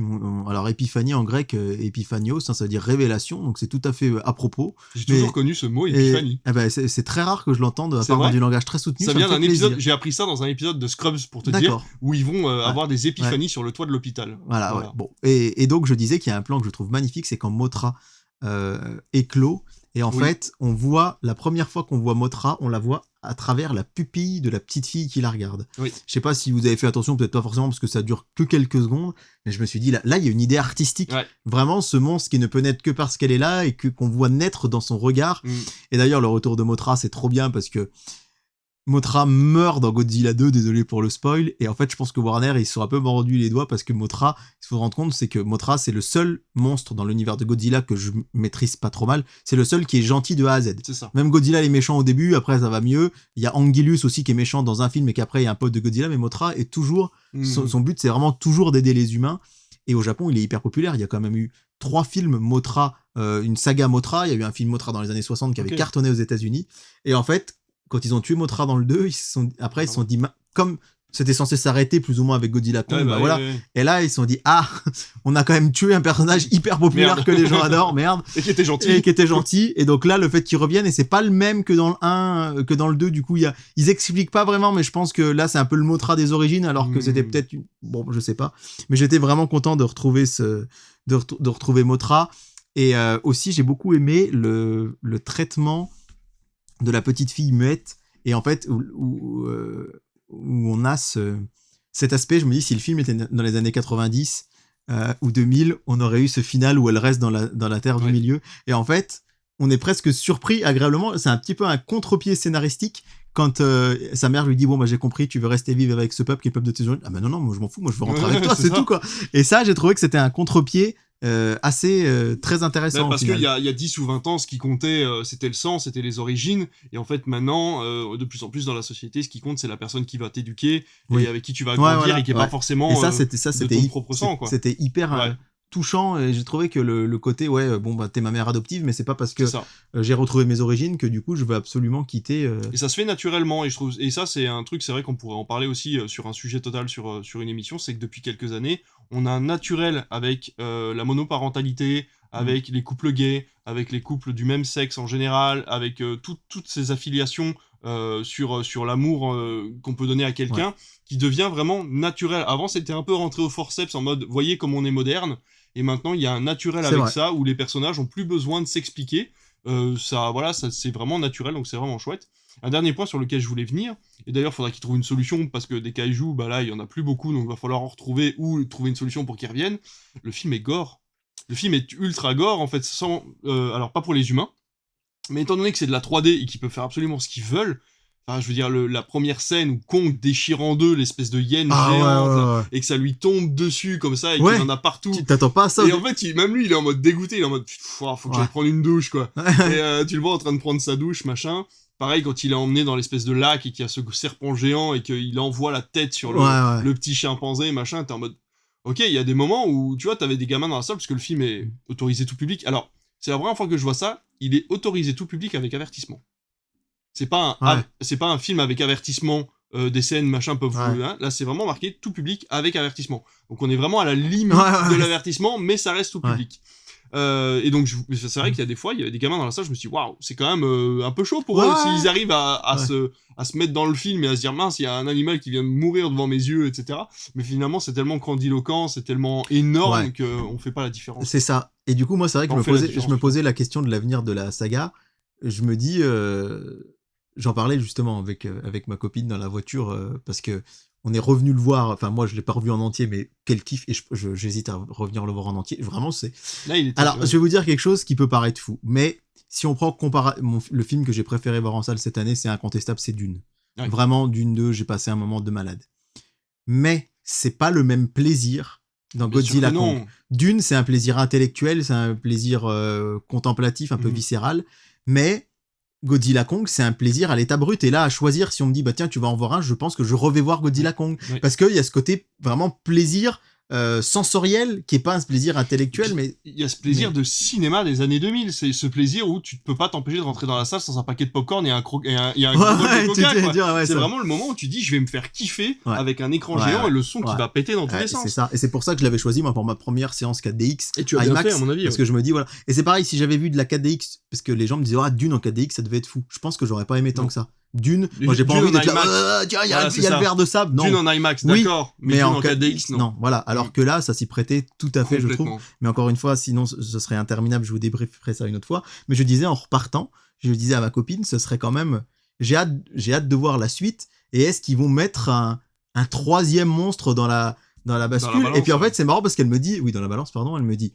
Bah, ce serait bizarre, parce que quand même, Godzilla Kong, c'est quand même vraiment marqué l'un et l'autre. Je dis, non, mais c'est marqué l'un et l'autre depuis le Monsterverse, mais je dis en fait qu'est-ce que King Kong vient foutre avec Godzilla quand on y pense? Rien du tout. King Kong il a son univers d'un côté, Godzilla il a de l'autre, et Warner a eu l'idée de génie de regrouper, King Kong il est dans le domaine public, donc de dire tiens on va faire un Kong on va le mettre avec Godzilla, mais de base il faut rappeler, et c'est ça aussi. Le message est pas si gros à la base, ils l'ont grossi pour l'insérer dans le Monsterverse. Et c'est un coup de génie parce qu'aujourd'hui tout le monde associe Kong et Godzilla en fait. Alors que de base, ils ont rien à faire ensemble, et je me dis quelle sera la suite. Alors il y a un comics qui sort cet été, je souhaite pas que ce soit la suite au cinéma, mais pour dire jusqu'où ça peut aller, puisqu'il y a un comics qui sort chez Urban Comics qui va s'appeler Godzilla X Kong X Justice League. Donc on va avoir la Justice League Kong, Godzilla et Kong. Mais faut rappeler que dans les comics, il y a Batman et les Tortues Ninja, il y a les Tortues Ninja VS Power Rangers, il y a Batman avec les Transformers. Ça fait pas des films. Ça fait des animes par contre. Mais ouais, ça fait des animes, et d'ailleurs l'anime Batman Tortue Ninja, un des meilleurs animes d'ici, je trouve. Il est vraiment très cool. J'ai le comics à la maison, mais j'ai pas lu. Je te prêterai le Blu-ray maintenant que tu me les rends. Donc j'ai rendu Last Christmas, ça aurait pu être oui, c'est vrai. Une recommandation d'ailleurs. Oui, et donc je me dis pourquoi pas. Qu'est-ce qui pourrait nous sortir de leur chapeau chez Warner? Est-ce qu'ils vont continuer seulement avec Godzilla Kong et des monstres comme là vous aviez Tiamat par exemple, vous aviez des monstres de l'univers Godzilla, Mothra, Tiamat, dans les précédents on rappelle il y avait Ghidorah, Rodan qui sont des monstres de l'univers Godzilla, ou est-ce que sortir un truc complètement de leur chapeau, un nouveau monstre, un monstre d'une ancienne licence? On a du mal à voir quoi, mais vraiment encore une fois Universal a bien eu la fausse bonne idée de créer des nouveaux dinosaures à chaque Jurassic Park. Ouais, donc quoi faire? C'est vrai qu'encore une fois, moi là, il n'y a rien qui me vient, mais il faut rappeler que c'était complètement inenvisageable il y a 14, même 10, 12 ans de se dire, on va mettre King Kong face à Godzilla. Et en fait, c'était une idée de génie. Donc, Puis je me dis, ils ont tellement mis les potards à fond. Déjà, ils ont toute une terre à explorer, puisque là, ils ont trouvé à peine un recoin de la terre intérieure. Bon, alors ça serait un peu relou qu'à chaque fois ils aillent plus loin. Oui, mais c'est vrai qu'ils en ont vu que 5%, on nous dit. Donc, mais ça peut aussi être une menace de l'espace. En fait, si vous avez pas vu le film, faut bien comprendre qu'ils ont mis les potards tellement à fond que tout est possible. Vraiment, tout est possible, tout est réalisable. C'est le jeu de la vie, comme diraient les deux autres. Mais voilà, c'est vraiment un truc qu'on vous conseille. Mais vraiment, allez le voir en salle. C'est pas un film que vous allez apprécier. Enfin, vous pouvez l'apprécier en le voyant à la télévision. Mais ça n'a rien à voir. Il est à son plein potentiel dans une salle de cinoche, quoi. Mettez-vous au milieu de la salle, mettez-vous dans le carré d'or. Prenez des popcorn et vraiment bouffez-vous le film en pleine tronche du début à la fin. Il est pas long, il fait 1h50. Avec un générique de 10 minutes, de 5 minutes, ou dans ces eaux-là, quoi. En 1h40, 45, c'est plié, quoi. C'est ça, et franchement, c'est vraiment hyper agréable du début à la fin. Donc on ne peut que vous le conseiller, on a très peu... Alors il y a des reproches à faire, oui, comme dans tous évidemment, c'est loin d'être parfait, c'est loin d'être parfait, mais c'est vrai que... Mais ça faisait longtemps qu'on n'avait pas autant apprécié un vrai blockbuster comme on l'a connu dans les années 2000, parce que même les Marvel, j'ai jamais eu cette sensation au cinéma depuis des années de me dire waouh, je m'en prends plein la tronche, Ouais. mais comme tu dis, pas intellectuellement comme Dune, ou pas comme un film à réessai qui me montre plein de choses. Ouais, oui. Je veux dire, là, il y a absolument aucune morale sociale. Non, Il n'y a pas besoin c'est de... clair. C'est du pur plaisir scénaristique et visuel pendant 2 heures, quoi. C'est vraiment Ouais. top. Et puis voilà, je terminerai en continuant cette comparaison avec Marvel. Les Marvel qui commencent à part The Marvels qui allait plutôt, mais qui faisait 2h30, 2h40, 3h. Ouais. Et là, en fait, en 1h50, ils ont tout Ouais. dit. Et ils ont dit l'essentiel est vraiment, si vous avez aimé Minus One, c'est pas pour ça que vous n'allez pas aimer celui-là. Et j'insiste sur le fait, et d'ailleurs, on peut dire ça en conclusion, c'est qu'il cartonne aux États-Unis. Il a vraiment marché très fort, mieux que ce que Warner espérait. C'est pour ça qu'ils ont direct dit, bon, bah, il y aura Monarch 2, etc. Ouais, c'est ça. Et en France, il devrait atteindre le million d'entrées, ce qui pour ce type de blockbuster est loin d'être le cas très souvent. Donc vraiment félicitations à eux. Il y a qu'une petite incohérence qui n'est pas expliquée dans le film par rapport à Monarch, c'est que dans Monarch, quand tu es dans la terre intérieure, le temps ne s'écoule pas à la même vitesse qu'à la surface. Et là, pour le coup, il n'y a pas de changement. Mais c'est vrai qu'on aurait pu prendre 5 minutes pour parler des défauts, mais globalement, on voulait surtout vous dire que on l'a pas vu ensemble, on l'a vu en décalé, mais qu'on a eu exactement le même avis et on y a vu vraiment les mêmes forces. Et c'est vraiment du plaisir à l'état brut et il est encore à l'affiche dans plein de cinémas, donc foncez voir Godzilla Kong. Voilà, c'est ça. Excellente conclusion. On va pouvoir tout de suite passer à notre programme. Que va-t-il se passer sur ces 15 prochains jours ?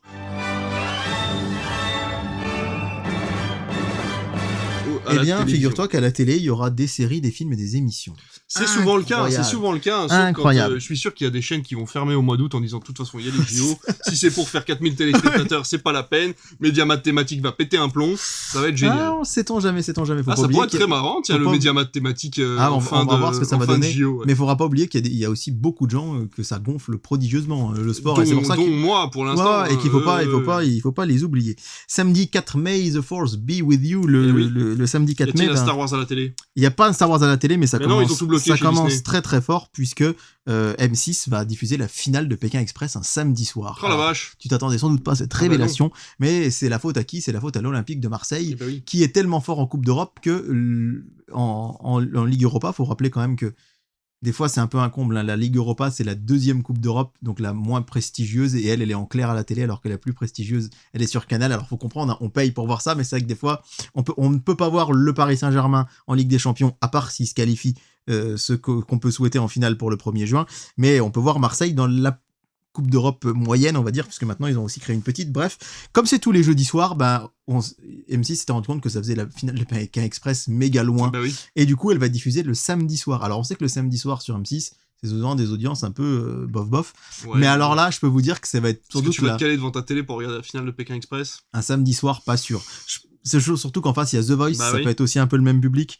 On va avoir un Tout le monde joue avec La Mémoire, avec Julia Vigliani et Fabien Olicard, le mentaliste star des réseaux sociaux sur France 2, qui pourrait cartonner. Cassandre sur France... oui, je peux comprendre.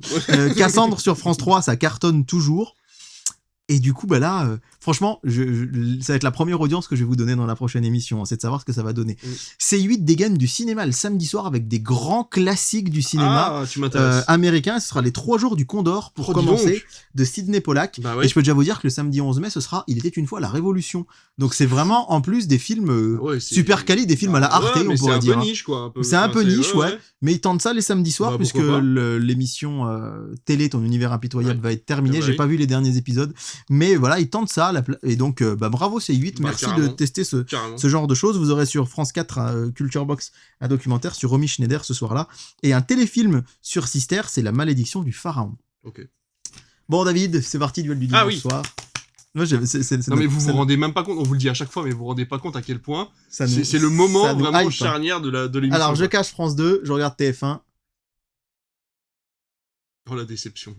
Alors, je sais pas trop quoi en penser. J'ai arrêté de filmer l'émission depuis 2 émissions, mais c'est vrai qu'il y a des fois, je pense qu'il y a des réactions qui devraient être filmées quand même.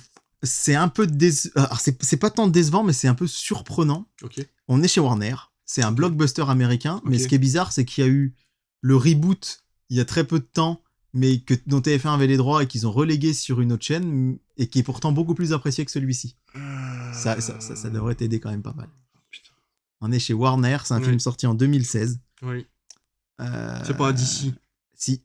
C'est un DC. Qui a eu un reboot que j'adore. Je crois que toi, t'as beaucoup aimé aussi. Ah, c'est The Suicide Squad ? Ouais. Et ben c'est Suicide Squad de David Ayer en Aïe, aïe, prime aïe. dimanche soir sur TF1. Bah, pourquoi faire ça? Alors, je pense que lui est interdit au moins de 10 ans, alors que Oui. l'autre était interdit au Ça, moins de c'est sûr et 12 ans. certain. Et ça, je pense que c'est... Ça voire joue. même 16 ans. Non, 12, Non, c'est un 12, c'est un c'était un 12, 12 c'est The un Suicide 12. Squad. C'était un 12 avec avertissement. Donc c'est peut-être un moins de 16 alors du coup à la télé. Ouais, c'est Effectivement. peut-être un moins de 16 à la télé. À noter quand même qu'en deuxième partie de soirée, on aura Morbius, première diffusion sur TF1 du coup. Oui. Ah bah oui. Et Ah voilà, bah oui, diffusion oui, sur c'est vrai, TF1 parce qu'il en est deuxième passé sur partie de TMC soirée. en- Il faut rappeler que là, plus aucune zone ne sera en vacances. Ah oui. Bah, je sais pas quoi en pense. Alors, moi, je fais partie de ceux qui. Je vais encore me faire lyncher avec tout ce que je dis, qui ne détestent pas ce Suicide Squad là. Oh, je l'aime bien. Vraiment, C'est alors, mignon. je préfère celui de James Gunn qui est Bien incroyable. sûr. Mais bon. Bah, c'est assez surprenant, je m'attendais pas à voir Bah, Suicide ouais, Squad là. ouais, mais bon. non, mais je suis d'accord. Allez, France 2. Ah, oh, dis donc. Comment je vais te vendre ça, moi? C'est inédit. Oui. C'est une comédie dramatique française sur un bateau avec Alban Ivanov. Oh, c'est un film métropolitain C'est Métropolitain qui fait ça. relativement peu de films français, mais qui est sorti Ok. La Traversée à l'été 2022. Exactement, la C'est ça traversée. Ouais. Donc joli fight en fait finalement. Ouais, je pense que La Traversée peut l'emporter Ouais, parce ouais. que Suicide Squad. Bon. Mais Suicide Squad, les dernières diffusions, ils étaient quand même au-delà des 3 millions. Hein. Ils Ouais, mais marchent pas très... cette version-là. Si, Ah, cette bon. version-là. Ah bah non, le The Suicide Squad, il était sur TMC, Après, il a fait en 1 million. c'est le plus Marvel des Warner. Tu vois ce que je veux Ouais, dire? ouais, Dans ouais. le sens où, bon, c'est peut-être des anti-héros, mais n'empêche qu'il y a beaucoup d'humour, il n'y a pas trop de sang, l'histoire est facile à Ouais, comprendre. c'est vrai. Donc quand tu veux regarder un blockbuster avec des super-héros, ça Oui, passe puis bien. ça se regarde tout seul, il n'y a pas Ah besoin bah, t'as pas besoin d'en avoir vu d'autres. Hein. Ouais, c'est Il n'y a clair. aucune référence à d'autres personnages. C'est clair, bah, c'est rigolo, tiens, ce Suicide Ouais. Squad. Enfin, c'est curieux en tout cas. Il y aura le Grand Prix de Miami en direct sur Canal+, ce soir-là, donc à voir aussi les audiences. Là, enfin, en Vous allez avoir L'Héritier sur C8 qui donc continue sa case du dimanche soir en film français. Ouais. Voilà. de- Alors des fois on sait patrimoine. qu'il peut y arriver, des grands prix parfois sont basculés sur C8 Ah en ouais. clair quand c'est en prime le dimanche soir. En fait, le contrat qui lie Canal à la F1 stipule que 4 grands prix doivent être diffusés en clair. Ok. Et ils avaient sous-licencié à TF1 Ok. qui avait racheté les grands prix ces dernières années. Et en fait, TF1 avait tenté en prime time sur TMC les grands prix des États-Unis, etc. Ça a pas Et ils marché. avaient été un peu déçus Ouais. et ils sont pas portés candidats pour. Ok. Et en fait, Canal, ils ont même pas remis Ouais. d'appel d'offres. Ils ont dit, bah, ce C8. sera C8 et ça Ouais. marche plutôt pas Ouais. mal. Mais là, c'est vrai qu'un grand prix en prime time un dimanche soir, ça va être intéressant de voir les audiences. Complètement. Prince of Persia sur W9. Encore et toujours. Ouais, encore et toujours. Mon beau-père, mes parents et moi Ouais. sur TFX. Les gorilles sur NRJ12. Le boulet sur TF1. Ah bah tiens, film. et puis ils en parlent dans Je vous trouve très beau. Ah, d'accord. C'est l'occasion. Et D'ailleurs, Je vous trouve très beau qui est passé sur France 2 parce que un Non. petit truc en plus qui sort au cinéma. Je sais Je pas. vous trouve très beau. Je confonds toujours les deux titres. Ah, et puis là, je vais pas t'aider, je l'ai jamais vu. Mais c'est sur France 2 le film Oui, qui est oui, passé oui, je dimanche sais, dernier, je sais, oui, qui oui. s'appelle Ah, bon, c'est pas grave. Je suis Allez. fan de vous. Ouais, c'est un truc comme ça. Ouais. Mon meilleur fan, mon plus grand. Ouais, oh bon, là bref. là. Lundi soir, La Recrue, c'est la nouvelle série de Et TF1. oui, bien sûr. Qui est une sorte d'enquête un peu bizarre. C'est bizarre les trucs d'enquête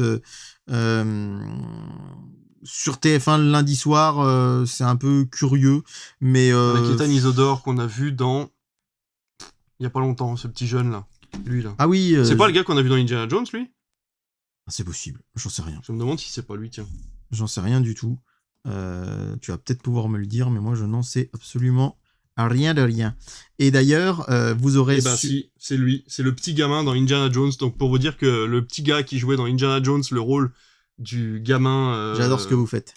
J'adore ce que vous faites, merci. D'accord. Voilà, et bah du coup il est dans la série Ok, en prime c'est time sur marrant. très belle carrière. C'est dis-moi. marrant, ouais, c'est clair. Il y aura les Molières sur France 2. Alors, le fait que la cérémonie soit un lundi soir, c'est quand même pas très très bon signe, hein, parce qu'on sait que c'est contractuel, ils sont obligés de le faire, mais ça va faire autour d'1 million, Bah oui, voire un peu forcément, moins. ouais. Vous aurez Meurtre à Belle-Île en face sur France 3. On continue Terminal, bien sûr, sur Canal. Et donc, sur C8, il y aura... Ça fait lynche chez Terminal. Hein. Ah ouais, Ah, j'ai les pas, gens essayé, détestent j'ai pas ça. essayé de regarder encore. Et du coup, voilà. Petit Paysan sur France 5. Oh, donc, joli. c'est-à-dire, c'est un peu bizarre. C'est que normalement, le cinéma, c'est le lundi sur France 3, mais je pense comme il y a les Molières, il est parti sur France 5. Ouais. Et France 3, C'est du dommage, coup, ils fait un auraient- meurtre, c'est un peu bizarre. Ils auraient dû se le garder, je pense. C'est Ouais, dommage. surtout avec le contexte actuel. Bah oui. La loi du silence de Hitchcock sur Arte, White Out de Dominique Senna sur C8, alors pour le coup c'est inconnu au bataillon. Ouais, On continue avec Twilight sur W9, à mon avis on n'est pas près de les revoir parce que vu les audiences qu'ils font, et Indépendance des deux, du coup on Ça suit, dit assez mal en même temps. on suit ça sur TMC. Un fauteuil pour deux, je ne l'ai jamais vu, sur TF1 Série Film de Et il paraît que c'est 1983 avec Eddie Murphy. Et sur RTL 9, ce sera le rite avec Anthony Hopkins dans la case de Creepy Monday. Je commence un petit peu à fatiguer là. Mardi soir, Koh-Lanta sur TF1, Disparition inquiétante sur France 2. On est le 7 mai, veille de jour férié, on le rappelle. Vous aurez Le Mur de l'Atlantique sur France 3, mais ce n'est pas le film, c'est un documentaire sur le vrai mur de l'Atlantique pour le coup.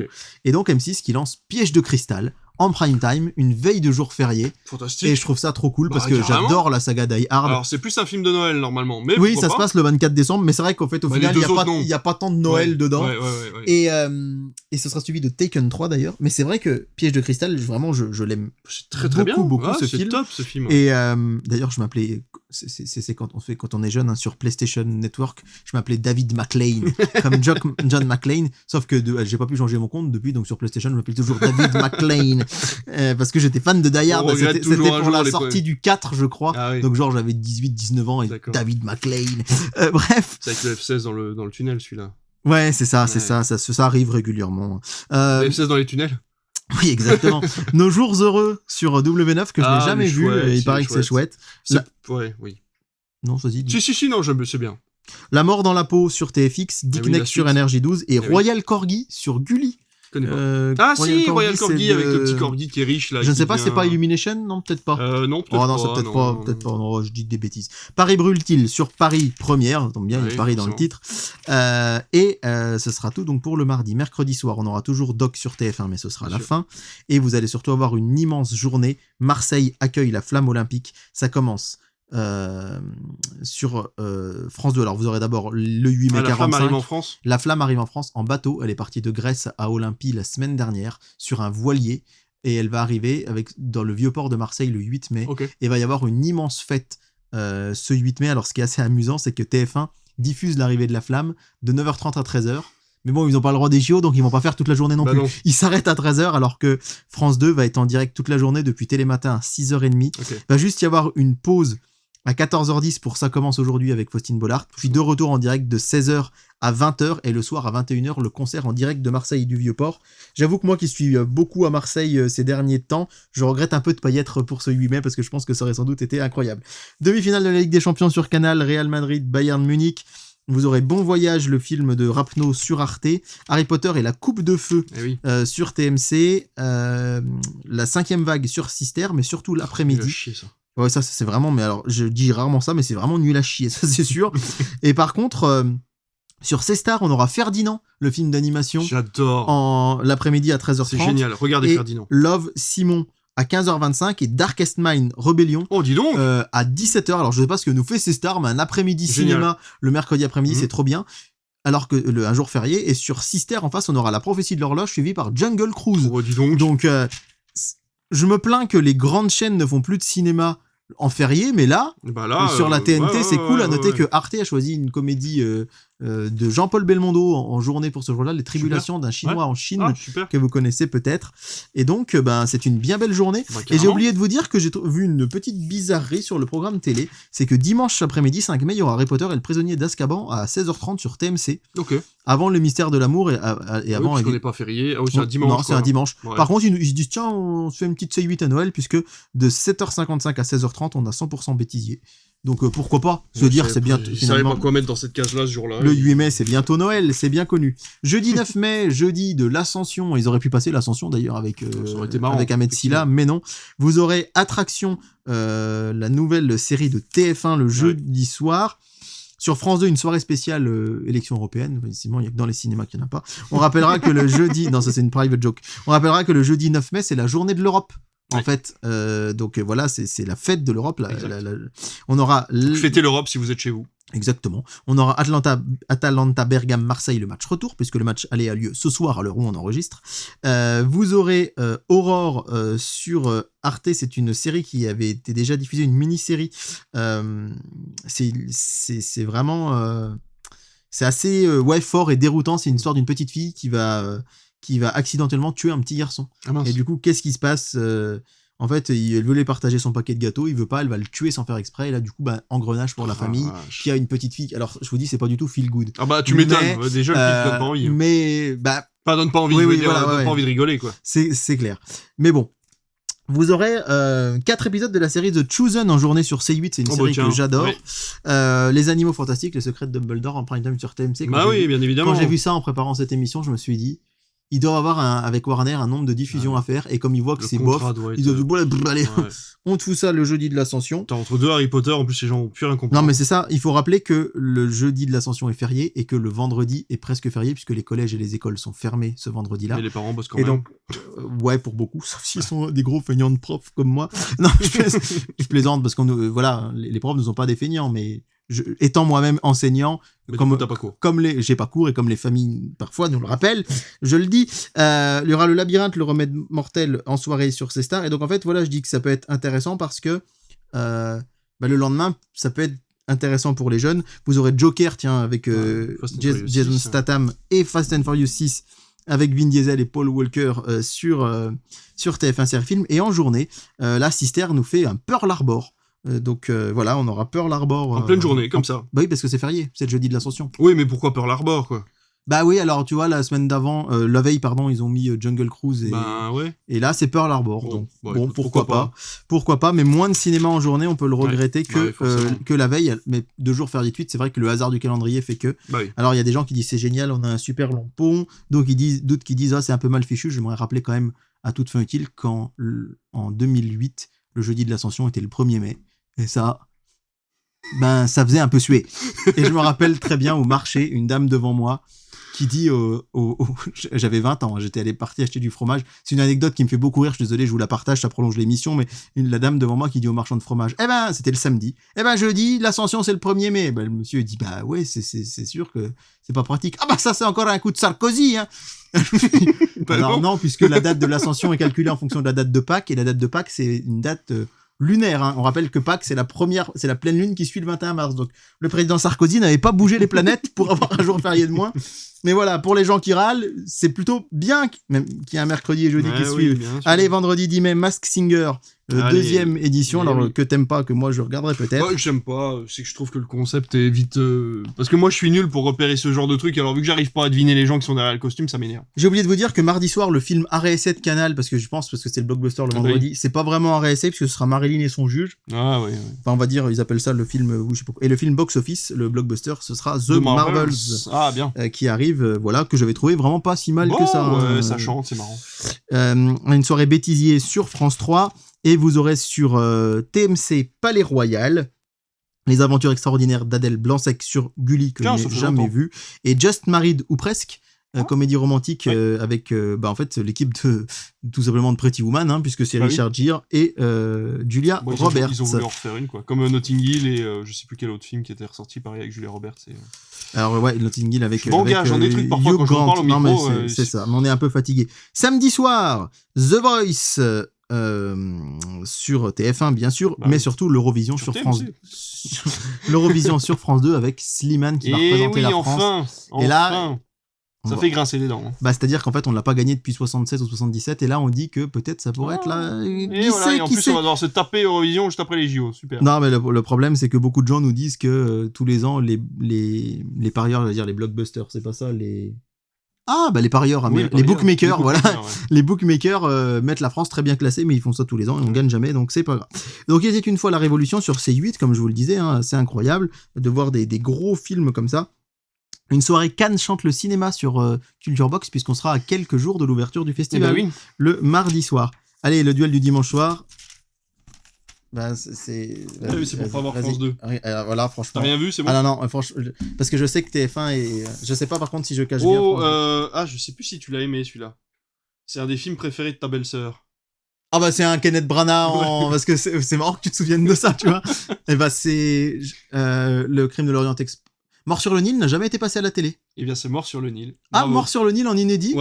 Ça c'est cool. Ouais, carrément. Ça c'est cool, ouais. Ouais, c'est un bon film du dimanche soir. C'est cool, tu m'as arraché mon programme télé en C'est pas moi, c'est toi quand t'as. Mais bon, c'est pas grave. Mais bon, ça va bien. Alors. Oh là là, mais tu me dois 1,90€. De toute façon, tu vas pas l'ouvrir d'ici 2 semaines. Si, parce que c'est le programme télé de ma maman en fait. Ah, d'accord. Moi, je l'achète pour l'émission et après je lui donne. Je m'en sers plus vu que. Il va lui manquer le dimanche soir sur TF1. On va dire, j'étais obligé de regarder France 5. Là, il va lui manquer toute la semaine, je pense. Hein. Je vais la ragrafer après, si tu veux. C'est fou. c'est là que tu vois que les chaînes télé Se consulte ne peuvent pas se consulter Ah, parce que je putain. pense que il y a rarement eu de films qui se ressemblaient autant sur une chaîne que sur Sauf l'autre. quand ils ont passé... ils Ça ont fait failli les- passer, les deux Bridget Jones, les deux ouais. Bridget Jones, ouais. Ouais, mais là, c'est vrai que pour le coup, Un film à enquête aussi, ouais, à couteau tiré. Oui. Mais non. c'est le duel des enquêteurs du soir Ah, génial. à couteau putain. tiré face à Mort sur une île. Ouais, Alors, sauf qu'à couteau tiré est pas inédit. il est pas inédit. Moi, je prends les Et il est paris. dispo sur Netflix. Je verrais bien Mort sur une île en tête quand même. Ouais. Oh oui, oui, je oui, pense. oui. Mais par contre, on n'a pas pris les paris sur la semaine d'avant. Est-ce qu'on voit plutôt Suicide Squad ou la traversée? Ah, peut-être la traversée quand même. Ah, c'est dur. Je sais Hein. pas, Ivan Ivanov. Alban Ivanov. Alban on est Ivanov, fatigué. il est fatigué. Tout le monde est fatigué. On est fatigué. J'ai pas dit que Alban- lui était Ah, fatigué. Alban Il est Ivanov est fatigant, fatigué. mais il en est ce pas moment. fatigué. Alban Ivanov, je sais pas s'il est si reconnu que ça que pour faire quand même 3 millions d'entrées, 3 millions de téléspectateurs. Moi, j'irais quand même plus sur ce Suicide Squad. On va voir, ouais. Collatéral sur Arte ce dimanche soir. Ah, super. Les Enfants du Marais sur C8. Les Évadés sur W9. Putain. Clo-Clo sur TF1 Série Film. Oh la vache. On n'est pas loin d'être devant un... Et Rocky 4 sur l'équipe. Hein. Le Rocky qui passe les... Oui, l'équipe qui passe passe Rocky, j'ai vu ça, j'ai vu les Rocky Rocky 2 tous les la dernière fois. dimanches. On a oublié de vous le Ouais. dire la semaine passée. C'est chouette. Non, mais parfois, ils ont des Ouais. moments de grâce sur l'équipe, c'est fou. C'est ça. Lundi, il y aura du théâtre sur France 3 avec Les Faux British, toujours Ah, la tiens. recrue sur TF1. Sur M6, Mario au premier regard. Ce sera Safe avec notre bon vieux Jason Statham sur C8. Il est pas terrible, celui-là. The Tomorrow War sur TMC, donc qui est une exclusivité Prime, je crois, et qui arrive là. Et ce sera enfin, je C'était pense, passé sur TF1 il y a Ouais. quelques temps. ouais, l'année dernière, je crois. Mm. Enfin, la fin de Twilight sur W9 et Le Chacal Enfin. sur TF1. Série Film. Et puis allez, on va vous dire quand même le fameux Creepy Creepy Monday. Monday, ce sera Démonique, que je ne connais pas Moi non du plus. tout. Mardi 14 mai, toujours Koh-Lanta et Ouistreham sur France 2. Et pourquoi est-ce qu'il y a Ouistreham sur France 2? Eh bien parce que le 14 mai, c'est la cérémonie d'ouverture de Cannes.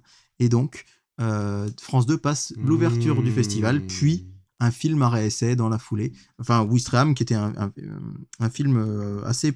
Mais qui a été. prenant Qui est. Alors, comment ils ont appelé ça? Qui était un des films de la sélection Cannes 2021. Ouais, la fameuse édition qui n'a pas eu lieu, en La- fait. Et du coup, ils étaient dans la sélection. Ils ont fait une sélection de films. 2020. C'était 2020, alors. Ouais. Parce que Gagarine, tout ça, Ouais, il y a c'est eu ça, une ouais. liste de films, en Mais fait, qui sans était. primé, ouais. Voilà, c'est ça, mais qui n'était pas primé. Mais en tout cas, c'est un super Tuesday que j'ai vu en préparant cette émission, puisqu'on a Ouais. Ouistreham. Et on va avoir enfin La Passion d'Odin Bouffant sur Canal+, le fameux... Et Je vais enfin les Français pouvoir le vont voir. ouais, c'est ça. Puis la plupart Mais- des Français vont pouvoir le voir aussi, parce qu'il n'y a pas Oui. grand monde qui est allé le voir au C'est ça. cinéma. C'est ça. Et par contre, je me suis dit, mardi 7 mai... C'est quand même marrant qu'ils passent celui-là Ouais. le jour de l'ouverture de Cannes. Oui, bah alors oui, qu'ils c'est auraient vrai. pu passer c'est vrai. Anatomie d'une chute, par exemple. C'est vrai. Par contre, Piège de cristal, ce que je vous ai pas dit tout à l'heure, c'est que c'est pas Die Hard 2 mardi prochain, mais Top Gun, premier du nom. Ah, donc ils sont partis sur une sélection film Je américain pense, des ouais, années ouais, 80, ouais, en fait. ouais. Et donc Die Hard, Top Gun, Pourquoi plutôt pas une Bah ouais, de belles carrément. choses. Oh, ici, ils nous passeraient pas un petit Top Gun Maverick la semaine d'après? Alors, je Non, bah crois non, il n'y a que... pas encore les droits, c'est pas encore bon. Si, bah si. je crois que c'est bon. Par contre, s'il le balance le 21 mai, c'est chelou quand même. Bah, De ouais. pas le sortir en hiver ou vers Noël ou au moment où il y a le plus gros potentiel. Ouais, ouais. Mais c'est possible, on n'a pas encore le programme du 21 mai. Paramount, ils doivent faire la gueule, par contre, parce que si c'est M6 qui a les droits de Top Gun Maverick, ça va pas faire des téléspectateurs de fou. Bon, ils s'en foutent, ils ont payé les droits. Ah bah oui, ils ont payé les droits. Ouais. Donc ça, Et donc en inédit sur C8, Mandibule de Quentin Dupieux. Ah, Et génial! C8, ils sont peut-être encore plus malins que France 2 parce que moi, sachant que c'est un Dupieux qui fait l'ouverture, Eh bah oui. ils auraient peut-être dû mettre, enfin bon après, ils voulaient peut-être pas concurrencer les salles aussi ce soir-là, mais Oui, C8, bien sûr. qui est le jour de l'ouverture de Cannes, c'est marrant parce que Canal, ils ont plus les droits de Cannes, mais ils mettent un petit peu de Cannes, enfin voilà, font un peu ce avec qu'ils un peuvent. Dupieux, donc ouais, je trouve Bonne que idée. c'est une Ah, bonne idée. chouette. Bah, c'est une belle sélection, hein. Franchement, il va falloir choisir. Ouistreham, moi, j'ai trouvé ça un peu gnangnan, mais c'était mignon comme film. Par contre, Mandibule, j'ai vraiment bien rigolé. Puis La Passion d'Odin Bouffant, si vous avez Canal+, Ouais. bah c'est con, mais moi je vais essayer de me mettre Ah devant bah parce moi que aussi, depuis le temps qu'on en parle, j'ai envie de le on voir. s'en bien moque, sûr, on s'en ouais. moque beaucoup parce que voilà, il y a toute l'histoire autour, mais étant donné que je l'ai pas vu, si ça se trouve, ça va être une Bah, je merveille. suis tout à fait d'accord, surtout qu'en face sur M6 vous avez Top Gun, Ouais, ouais. et que j'ai pas fini, W9 c'est Papa ou Maman. Oh, dis donc. Vous avez Une affaire de famille de Koreeda en prime sur Culture Box. Mais non. C'est quand même enfin voilà, Le voyage extraordinaire de Samy, c'est un film sur Gulli, La vengeance dans la peau sur TFX, Hollywood avec Florence Foresti sur NRJ12, le stratège avec Brad Pitt sur la chaîne L'équipe. Mais c'est fou. Ce mardi 14 Ah, mais mai, c'est même plus un ouverture Super de Tuesday, Cannes, là, c'est c'est un méga Ah bah Tuesday, ouais, c'est un méga le jour de Tuesday, ouais. l'ouverture de Cannes, et c'est vraiment, dingue. vous allez pouvoir voir plein de cinémas, et c'est C'est trop, dommage trop qu'ils bien. fassent pas ça tous les mardis parce que franchement, Ah il y a ouais. des fois tu galères à choisir un film parce Ouais. qu'ils soit ils sont tous mauvais, soit il y en a pas. Et là, finalement, t'as trop de choix et tu sais pas ce que tu vas regarder. sur le mercredi sur TF1, la fameuse nouvelle série dont on vous parlait, Will Trent. Alors attention parce qu'en 3 face, étoiles quand même. ouais, mais en face il y a 12 ans, 7 mois, 11 jours d'Alexandre Coffre, qui visiblement est très attendu, un téléfilm français inédit, polar. Ah oui. Will Trent va avoir fort à faire, mais bon, à voir. Il y aura Julie en 12 chapitres en clair à la On télé. en avait parlé il y a 2 semaines. Ouais. Sur Arte, donc ça c'est vraiment Inédit à la télé. très chouette. Inédit en clair, pardon. 120 battements par minute sur... Je ne l'ai jamais vu, il faut que je le voie. Oui, 120 battements par minute sur TMC. Je suis en train de dire que j'ai... En deuxième partie de soirée, par contre, non? Je suis en train de me dire que il doit y avoir quand même un petit problème sur le programme, parce que mardi 7 mai, normalement, il va y avoir... à mon avis, il y aura peut-être bien pas Marilyn et son juge, parce qu'il doit y avoir le PSG en demi-finale de Ligue des Champions. Je sais pas si c'est sur Canal ou si c'est uniquement sur Canal Foot. C'est peut-être uniquement sur Canal Foot, excusez-moi pour ce petit bug. Mais... Ah oui, ce sera uniquement sur Canal Plus Foot. Voilà. Alors c'est marrant, parce que c'est un des matchs les plus attendus de l'année. Canal Plus passer Marilyn et son juge. Parce qu'ils ont pas le choix. En fait, ils font le PSG, c'est un match sur 2 sur Canal Plus Foot et l'autre sur Canal. Donc on va avoir, bien, je pense, on n'aura pas les audiences puisque le lendemain normalement, sauf si quelqu'un les sort parce que c'est du média mathématique, mais on risque d'avoir une chaîne qui n'existe que depuis 1 an et demi faire du 2 millions de téléspectateurs. Ça va être incroyable. C'est génial. Et on va se demander où ils sont passés quand on va faire les audiences. Ouais, c'est ça. On va se demander où sont les gens, mais peut-être qu'ils vont le dire. 120 battements par minute sur France 4, La Grande Muraille sur TF1 série film et Hellboy sur Sister. On a vraiment... Qu'est-ce qui se passe à la télé? Et sachant que sur C-Star, on aura La Planète des Singes Suprématie. Oh la vache. Donc un méga programme aussi pour ce 15 mai. Jeudi 16 mai, HPI sur TF1 qui revient. Rappelons que HPI va être découpé cette année. C'est-à-dire qu'il y aura 8 épisodes, un inédit seulement par soir contre 2 pour les premières saisons. Et il va y avoir 4 épisodes là en mai et juin et 4 épisodes à la rentrée. Eh ben écoute, moi je suis pas contre parce que un épisode ça te fait ta soirée et après basta, tu passes à autre chose quoi. Ouais. Moi à chaque fois 2 épisodes ça finit super tard et au final c'est chiant quoi. Alors moi je trouve ça pas si mal qu'ils fassent un inédit par soir. Bah ouais, je trouve que c'est voilà, donc ce sera comme ça. Ça crée de l'engouement. Et puis en plus, ça va. On sait que ça a quand même atteint, rappelons-le, en 2021, il y avait jusqu'à 11 millions de téléspectateurs devant HPI. C'est énormissime. Bon, là, évidemment, ça a baissé, mais ça va permettre... 7-8 millions, je crois. Mais ça va permettre de faire 8 soirées au lieu de 4. Et dont 4 à l'automne, au moment où les tarifs de pub sont très très chers. Parce que quand ils lancent HPI en mai 2021, ils y croient sans être fous, TF1. Et là, ils ont dû se dire pourquoi on n'a pas mis ça en novembre, quoi. 58 minutes pour vivre sur M6, en fait. Il arrive le jeudi suivant, donc voilà. Le théorème de Marguerite sur Canal+. Alors là, moi, c'est un méga déjà. Parce que pour le coup, j'ai l'impression qu'on l'a passé en salle il y a 2 mois. Mais peut-être qu'il a fait moins de 100 000 et que du coup, ils ont eu que 4 mois de délai au lieu de 6 mois. C'est fort probable. Mais c'est fou qu'il soit déjà là. Alors, Meurtre sur les îles du Frioul sur France 3, ça me fait marrer parce que les îles du Frioul, je les ai visitées il y a 15 jours, mais il n'y avait pas de mort. Il n'y a pas de meurtre là-bas. Hitman et Bodyguard 2 sur TMC, 3 hommes et un couffin sur Gulli et les Olympiades sur France 4. En fait, France 4 nous fait une programmation Cannes. On rappelle qu'il y avait une affaire de famille le mercredi, le jeudi 120 battements par minute et le mardi c'était je viens de le dire, le mardi c'était donc une affaire de famille de Corée et Eda. Le mercredi soir vous avez 120 battements par minute et le jeudi les Olympiades.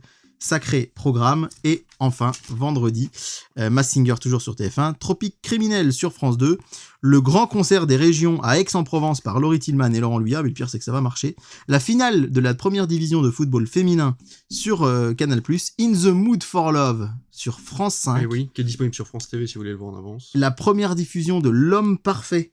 Alors ça, moi celui-là, je l'avais pas vu, avec Didier Bourdon, je pense que la raison un échec pour laquelle il est en prime sur M6, c'est parce qu'il y a Didier Bourdon, on va pas se mentir. Sur Arte, Dieu et le chameau, c'est cette comédie de 2022 qui était l'histoire d'un juif orthodoxe qui va rencontrer un bédouin, et donc voilà, ça fait un peu... Ouais, on va dire que c'est plutôt bien pour la paix des religions. Petite Nature, inédit en clair sur Culture Box. Ils ont vraiment un sacré programme pendant Cannes.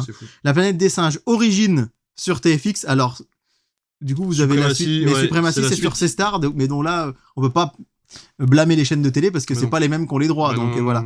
Vous verrez la suite le lendemain, quoi. Le premier lendemain, pardon. Bumblebee sur Gulli et Gatsby le Magnifique sur Chérie 25. Et ben dis donc. Voilà qui. La version DiCaprio. Ouais. Okay. Voilà qui clôt le programme. Si vous dire quand même que il y aura Alien, le 8e passager, sur RTL 9. Donc comme quoi c'est bloqué pour le cinéma, mais pas pour la télé. Ah, même j'ai plus RTL 9, moi, du coup. 5 € par mois, David. Ouais, oui, bah écoute, oui, voir. bon, bref. Quel programme? Ouais. Non, mais vraiment, pour le coup, c'est un programme de malade. C'était un peu long peut-être à vous présenter. Si vous aviez des doutes sur le linéaire, franchement, vous pouvez y retourner les yeux fermés, parce que là, avec Cannes qui arrive à partir du 14 mai, là, c'est fantastique, et même un peu avant, parce qu'on a quand même les jours fériés. Ouais. Dans tous les cas, l'émission a été assez longue pour vous comme pour nous, donc je pense qu'on va se quitter là-dessus. Encore une fois, ça fait longtemps qu'on s'est pas écouté, parce que c'est vrai que normalement ça sort le mercredi, là ça sort le vendredi, donc on enregistre le lundi, mais là on n'était pas lundi, donc du coup ça fait un moment. Donc, je me permets de vous rappeler quand même que vous pouvez vous inscrire sur les réseaux sociaux, Instagram, etc.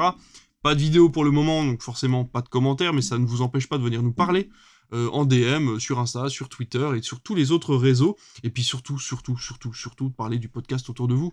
Si vous l'aimez, bah forcément partagez-le, quoi. Partagez-le aux gens et puis dites ce que vous pensez de nous. Et n'hésitez pas à faire un petit peu de pub. Nous, on essaie d'en faire un maximum déjà pour nous, donc on espère que ça fonctionnera sur le long terme. En tout cas, on compte sur vous pour le reste. Merci beaucoup, passez une bonne semaine, une bonne quinzaine d'ailleurs, puisqu'on se retrouve dans 15 jours, peut-être encore une fois, à Cannes, si seulement. On se retrouve dans une quinzaine du coup, toujours le vendredi je pense, on verra, voilà. Bah dites-nous d'ailleurs si vous préférez le mercredi ou le vendredi dans tous les cas, et puis à très bientôt, salut. Salut.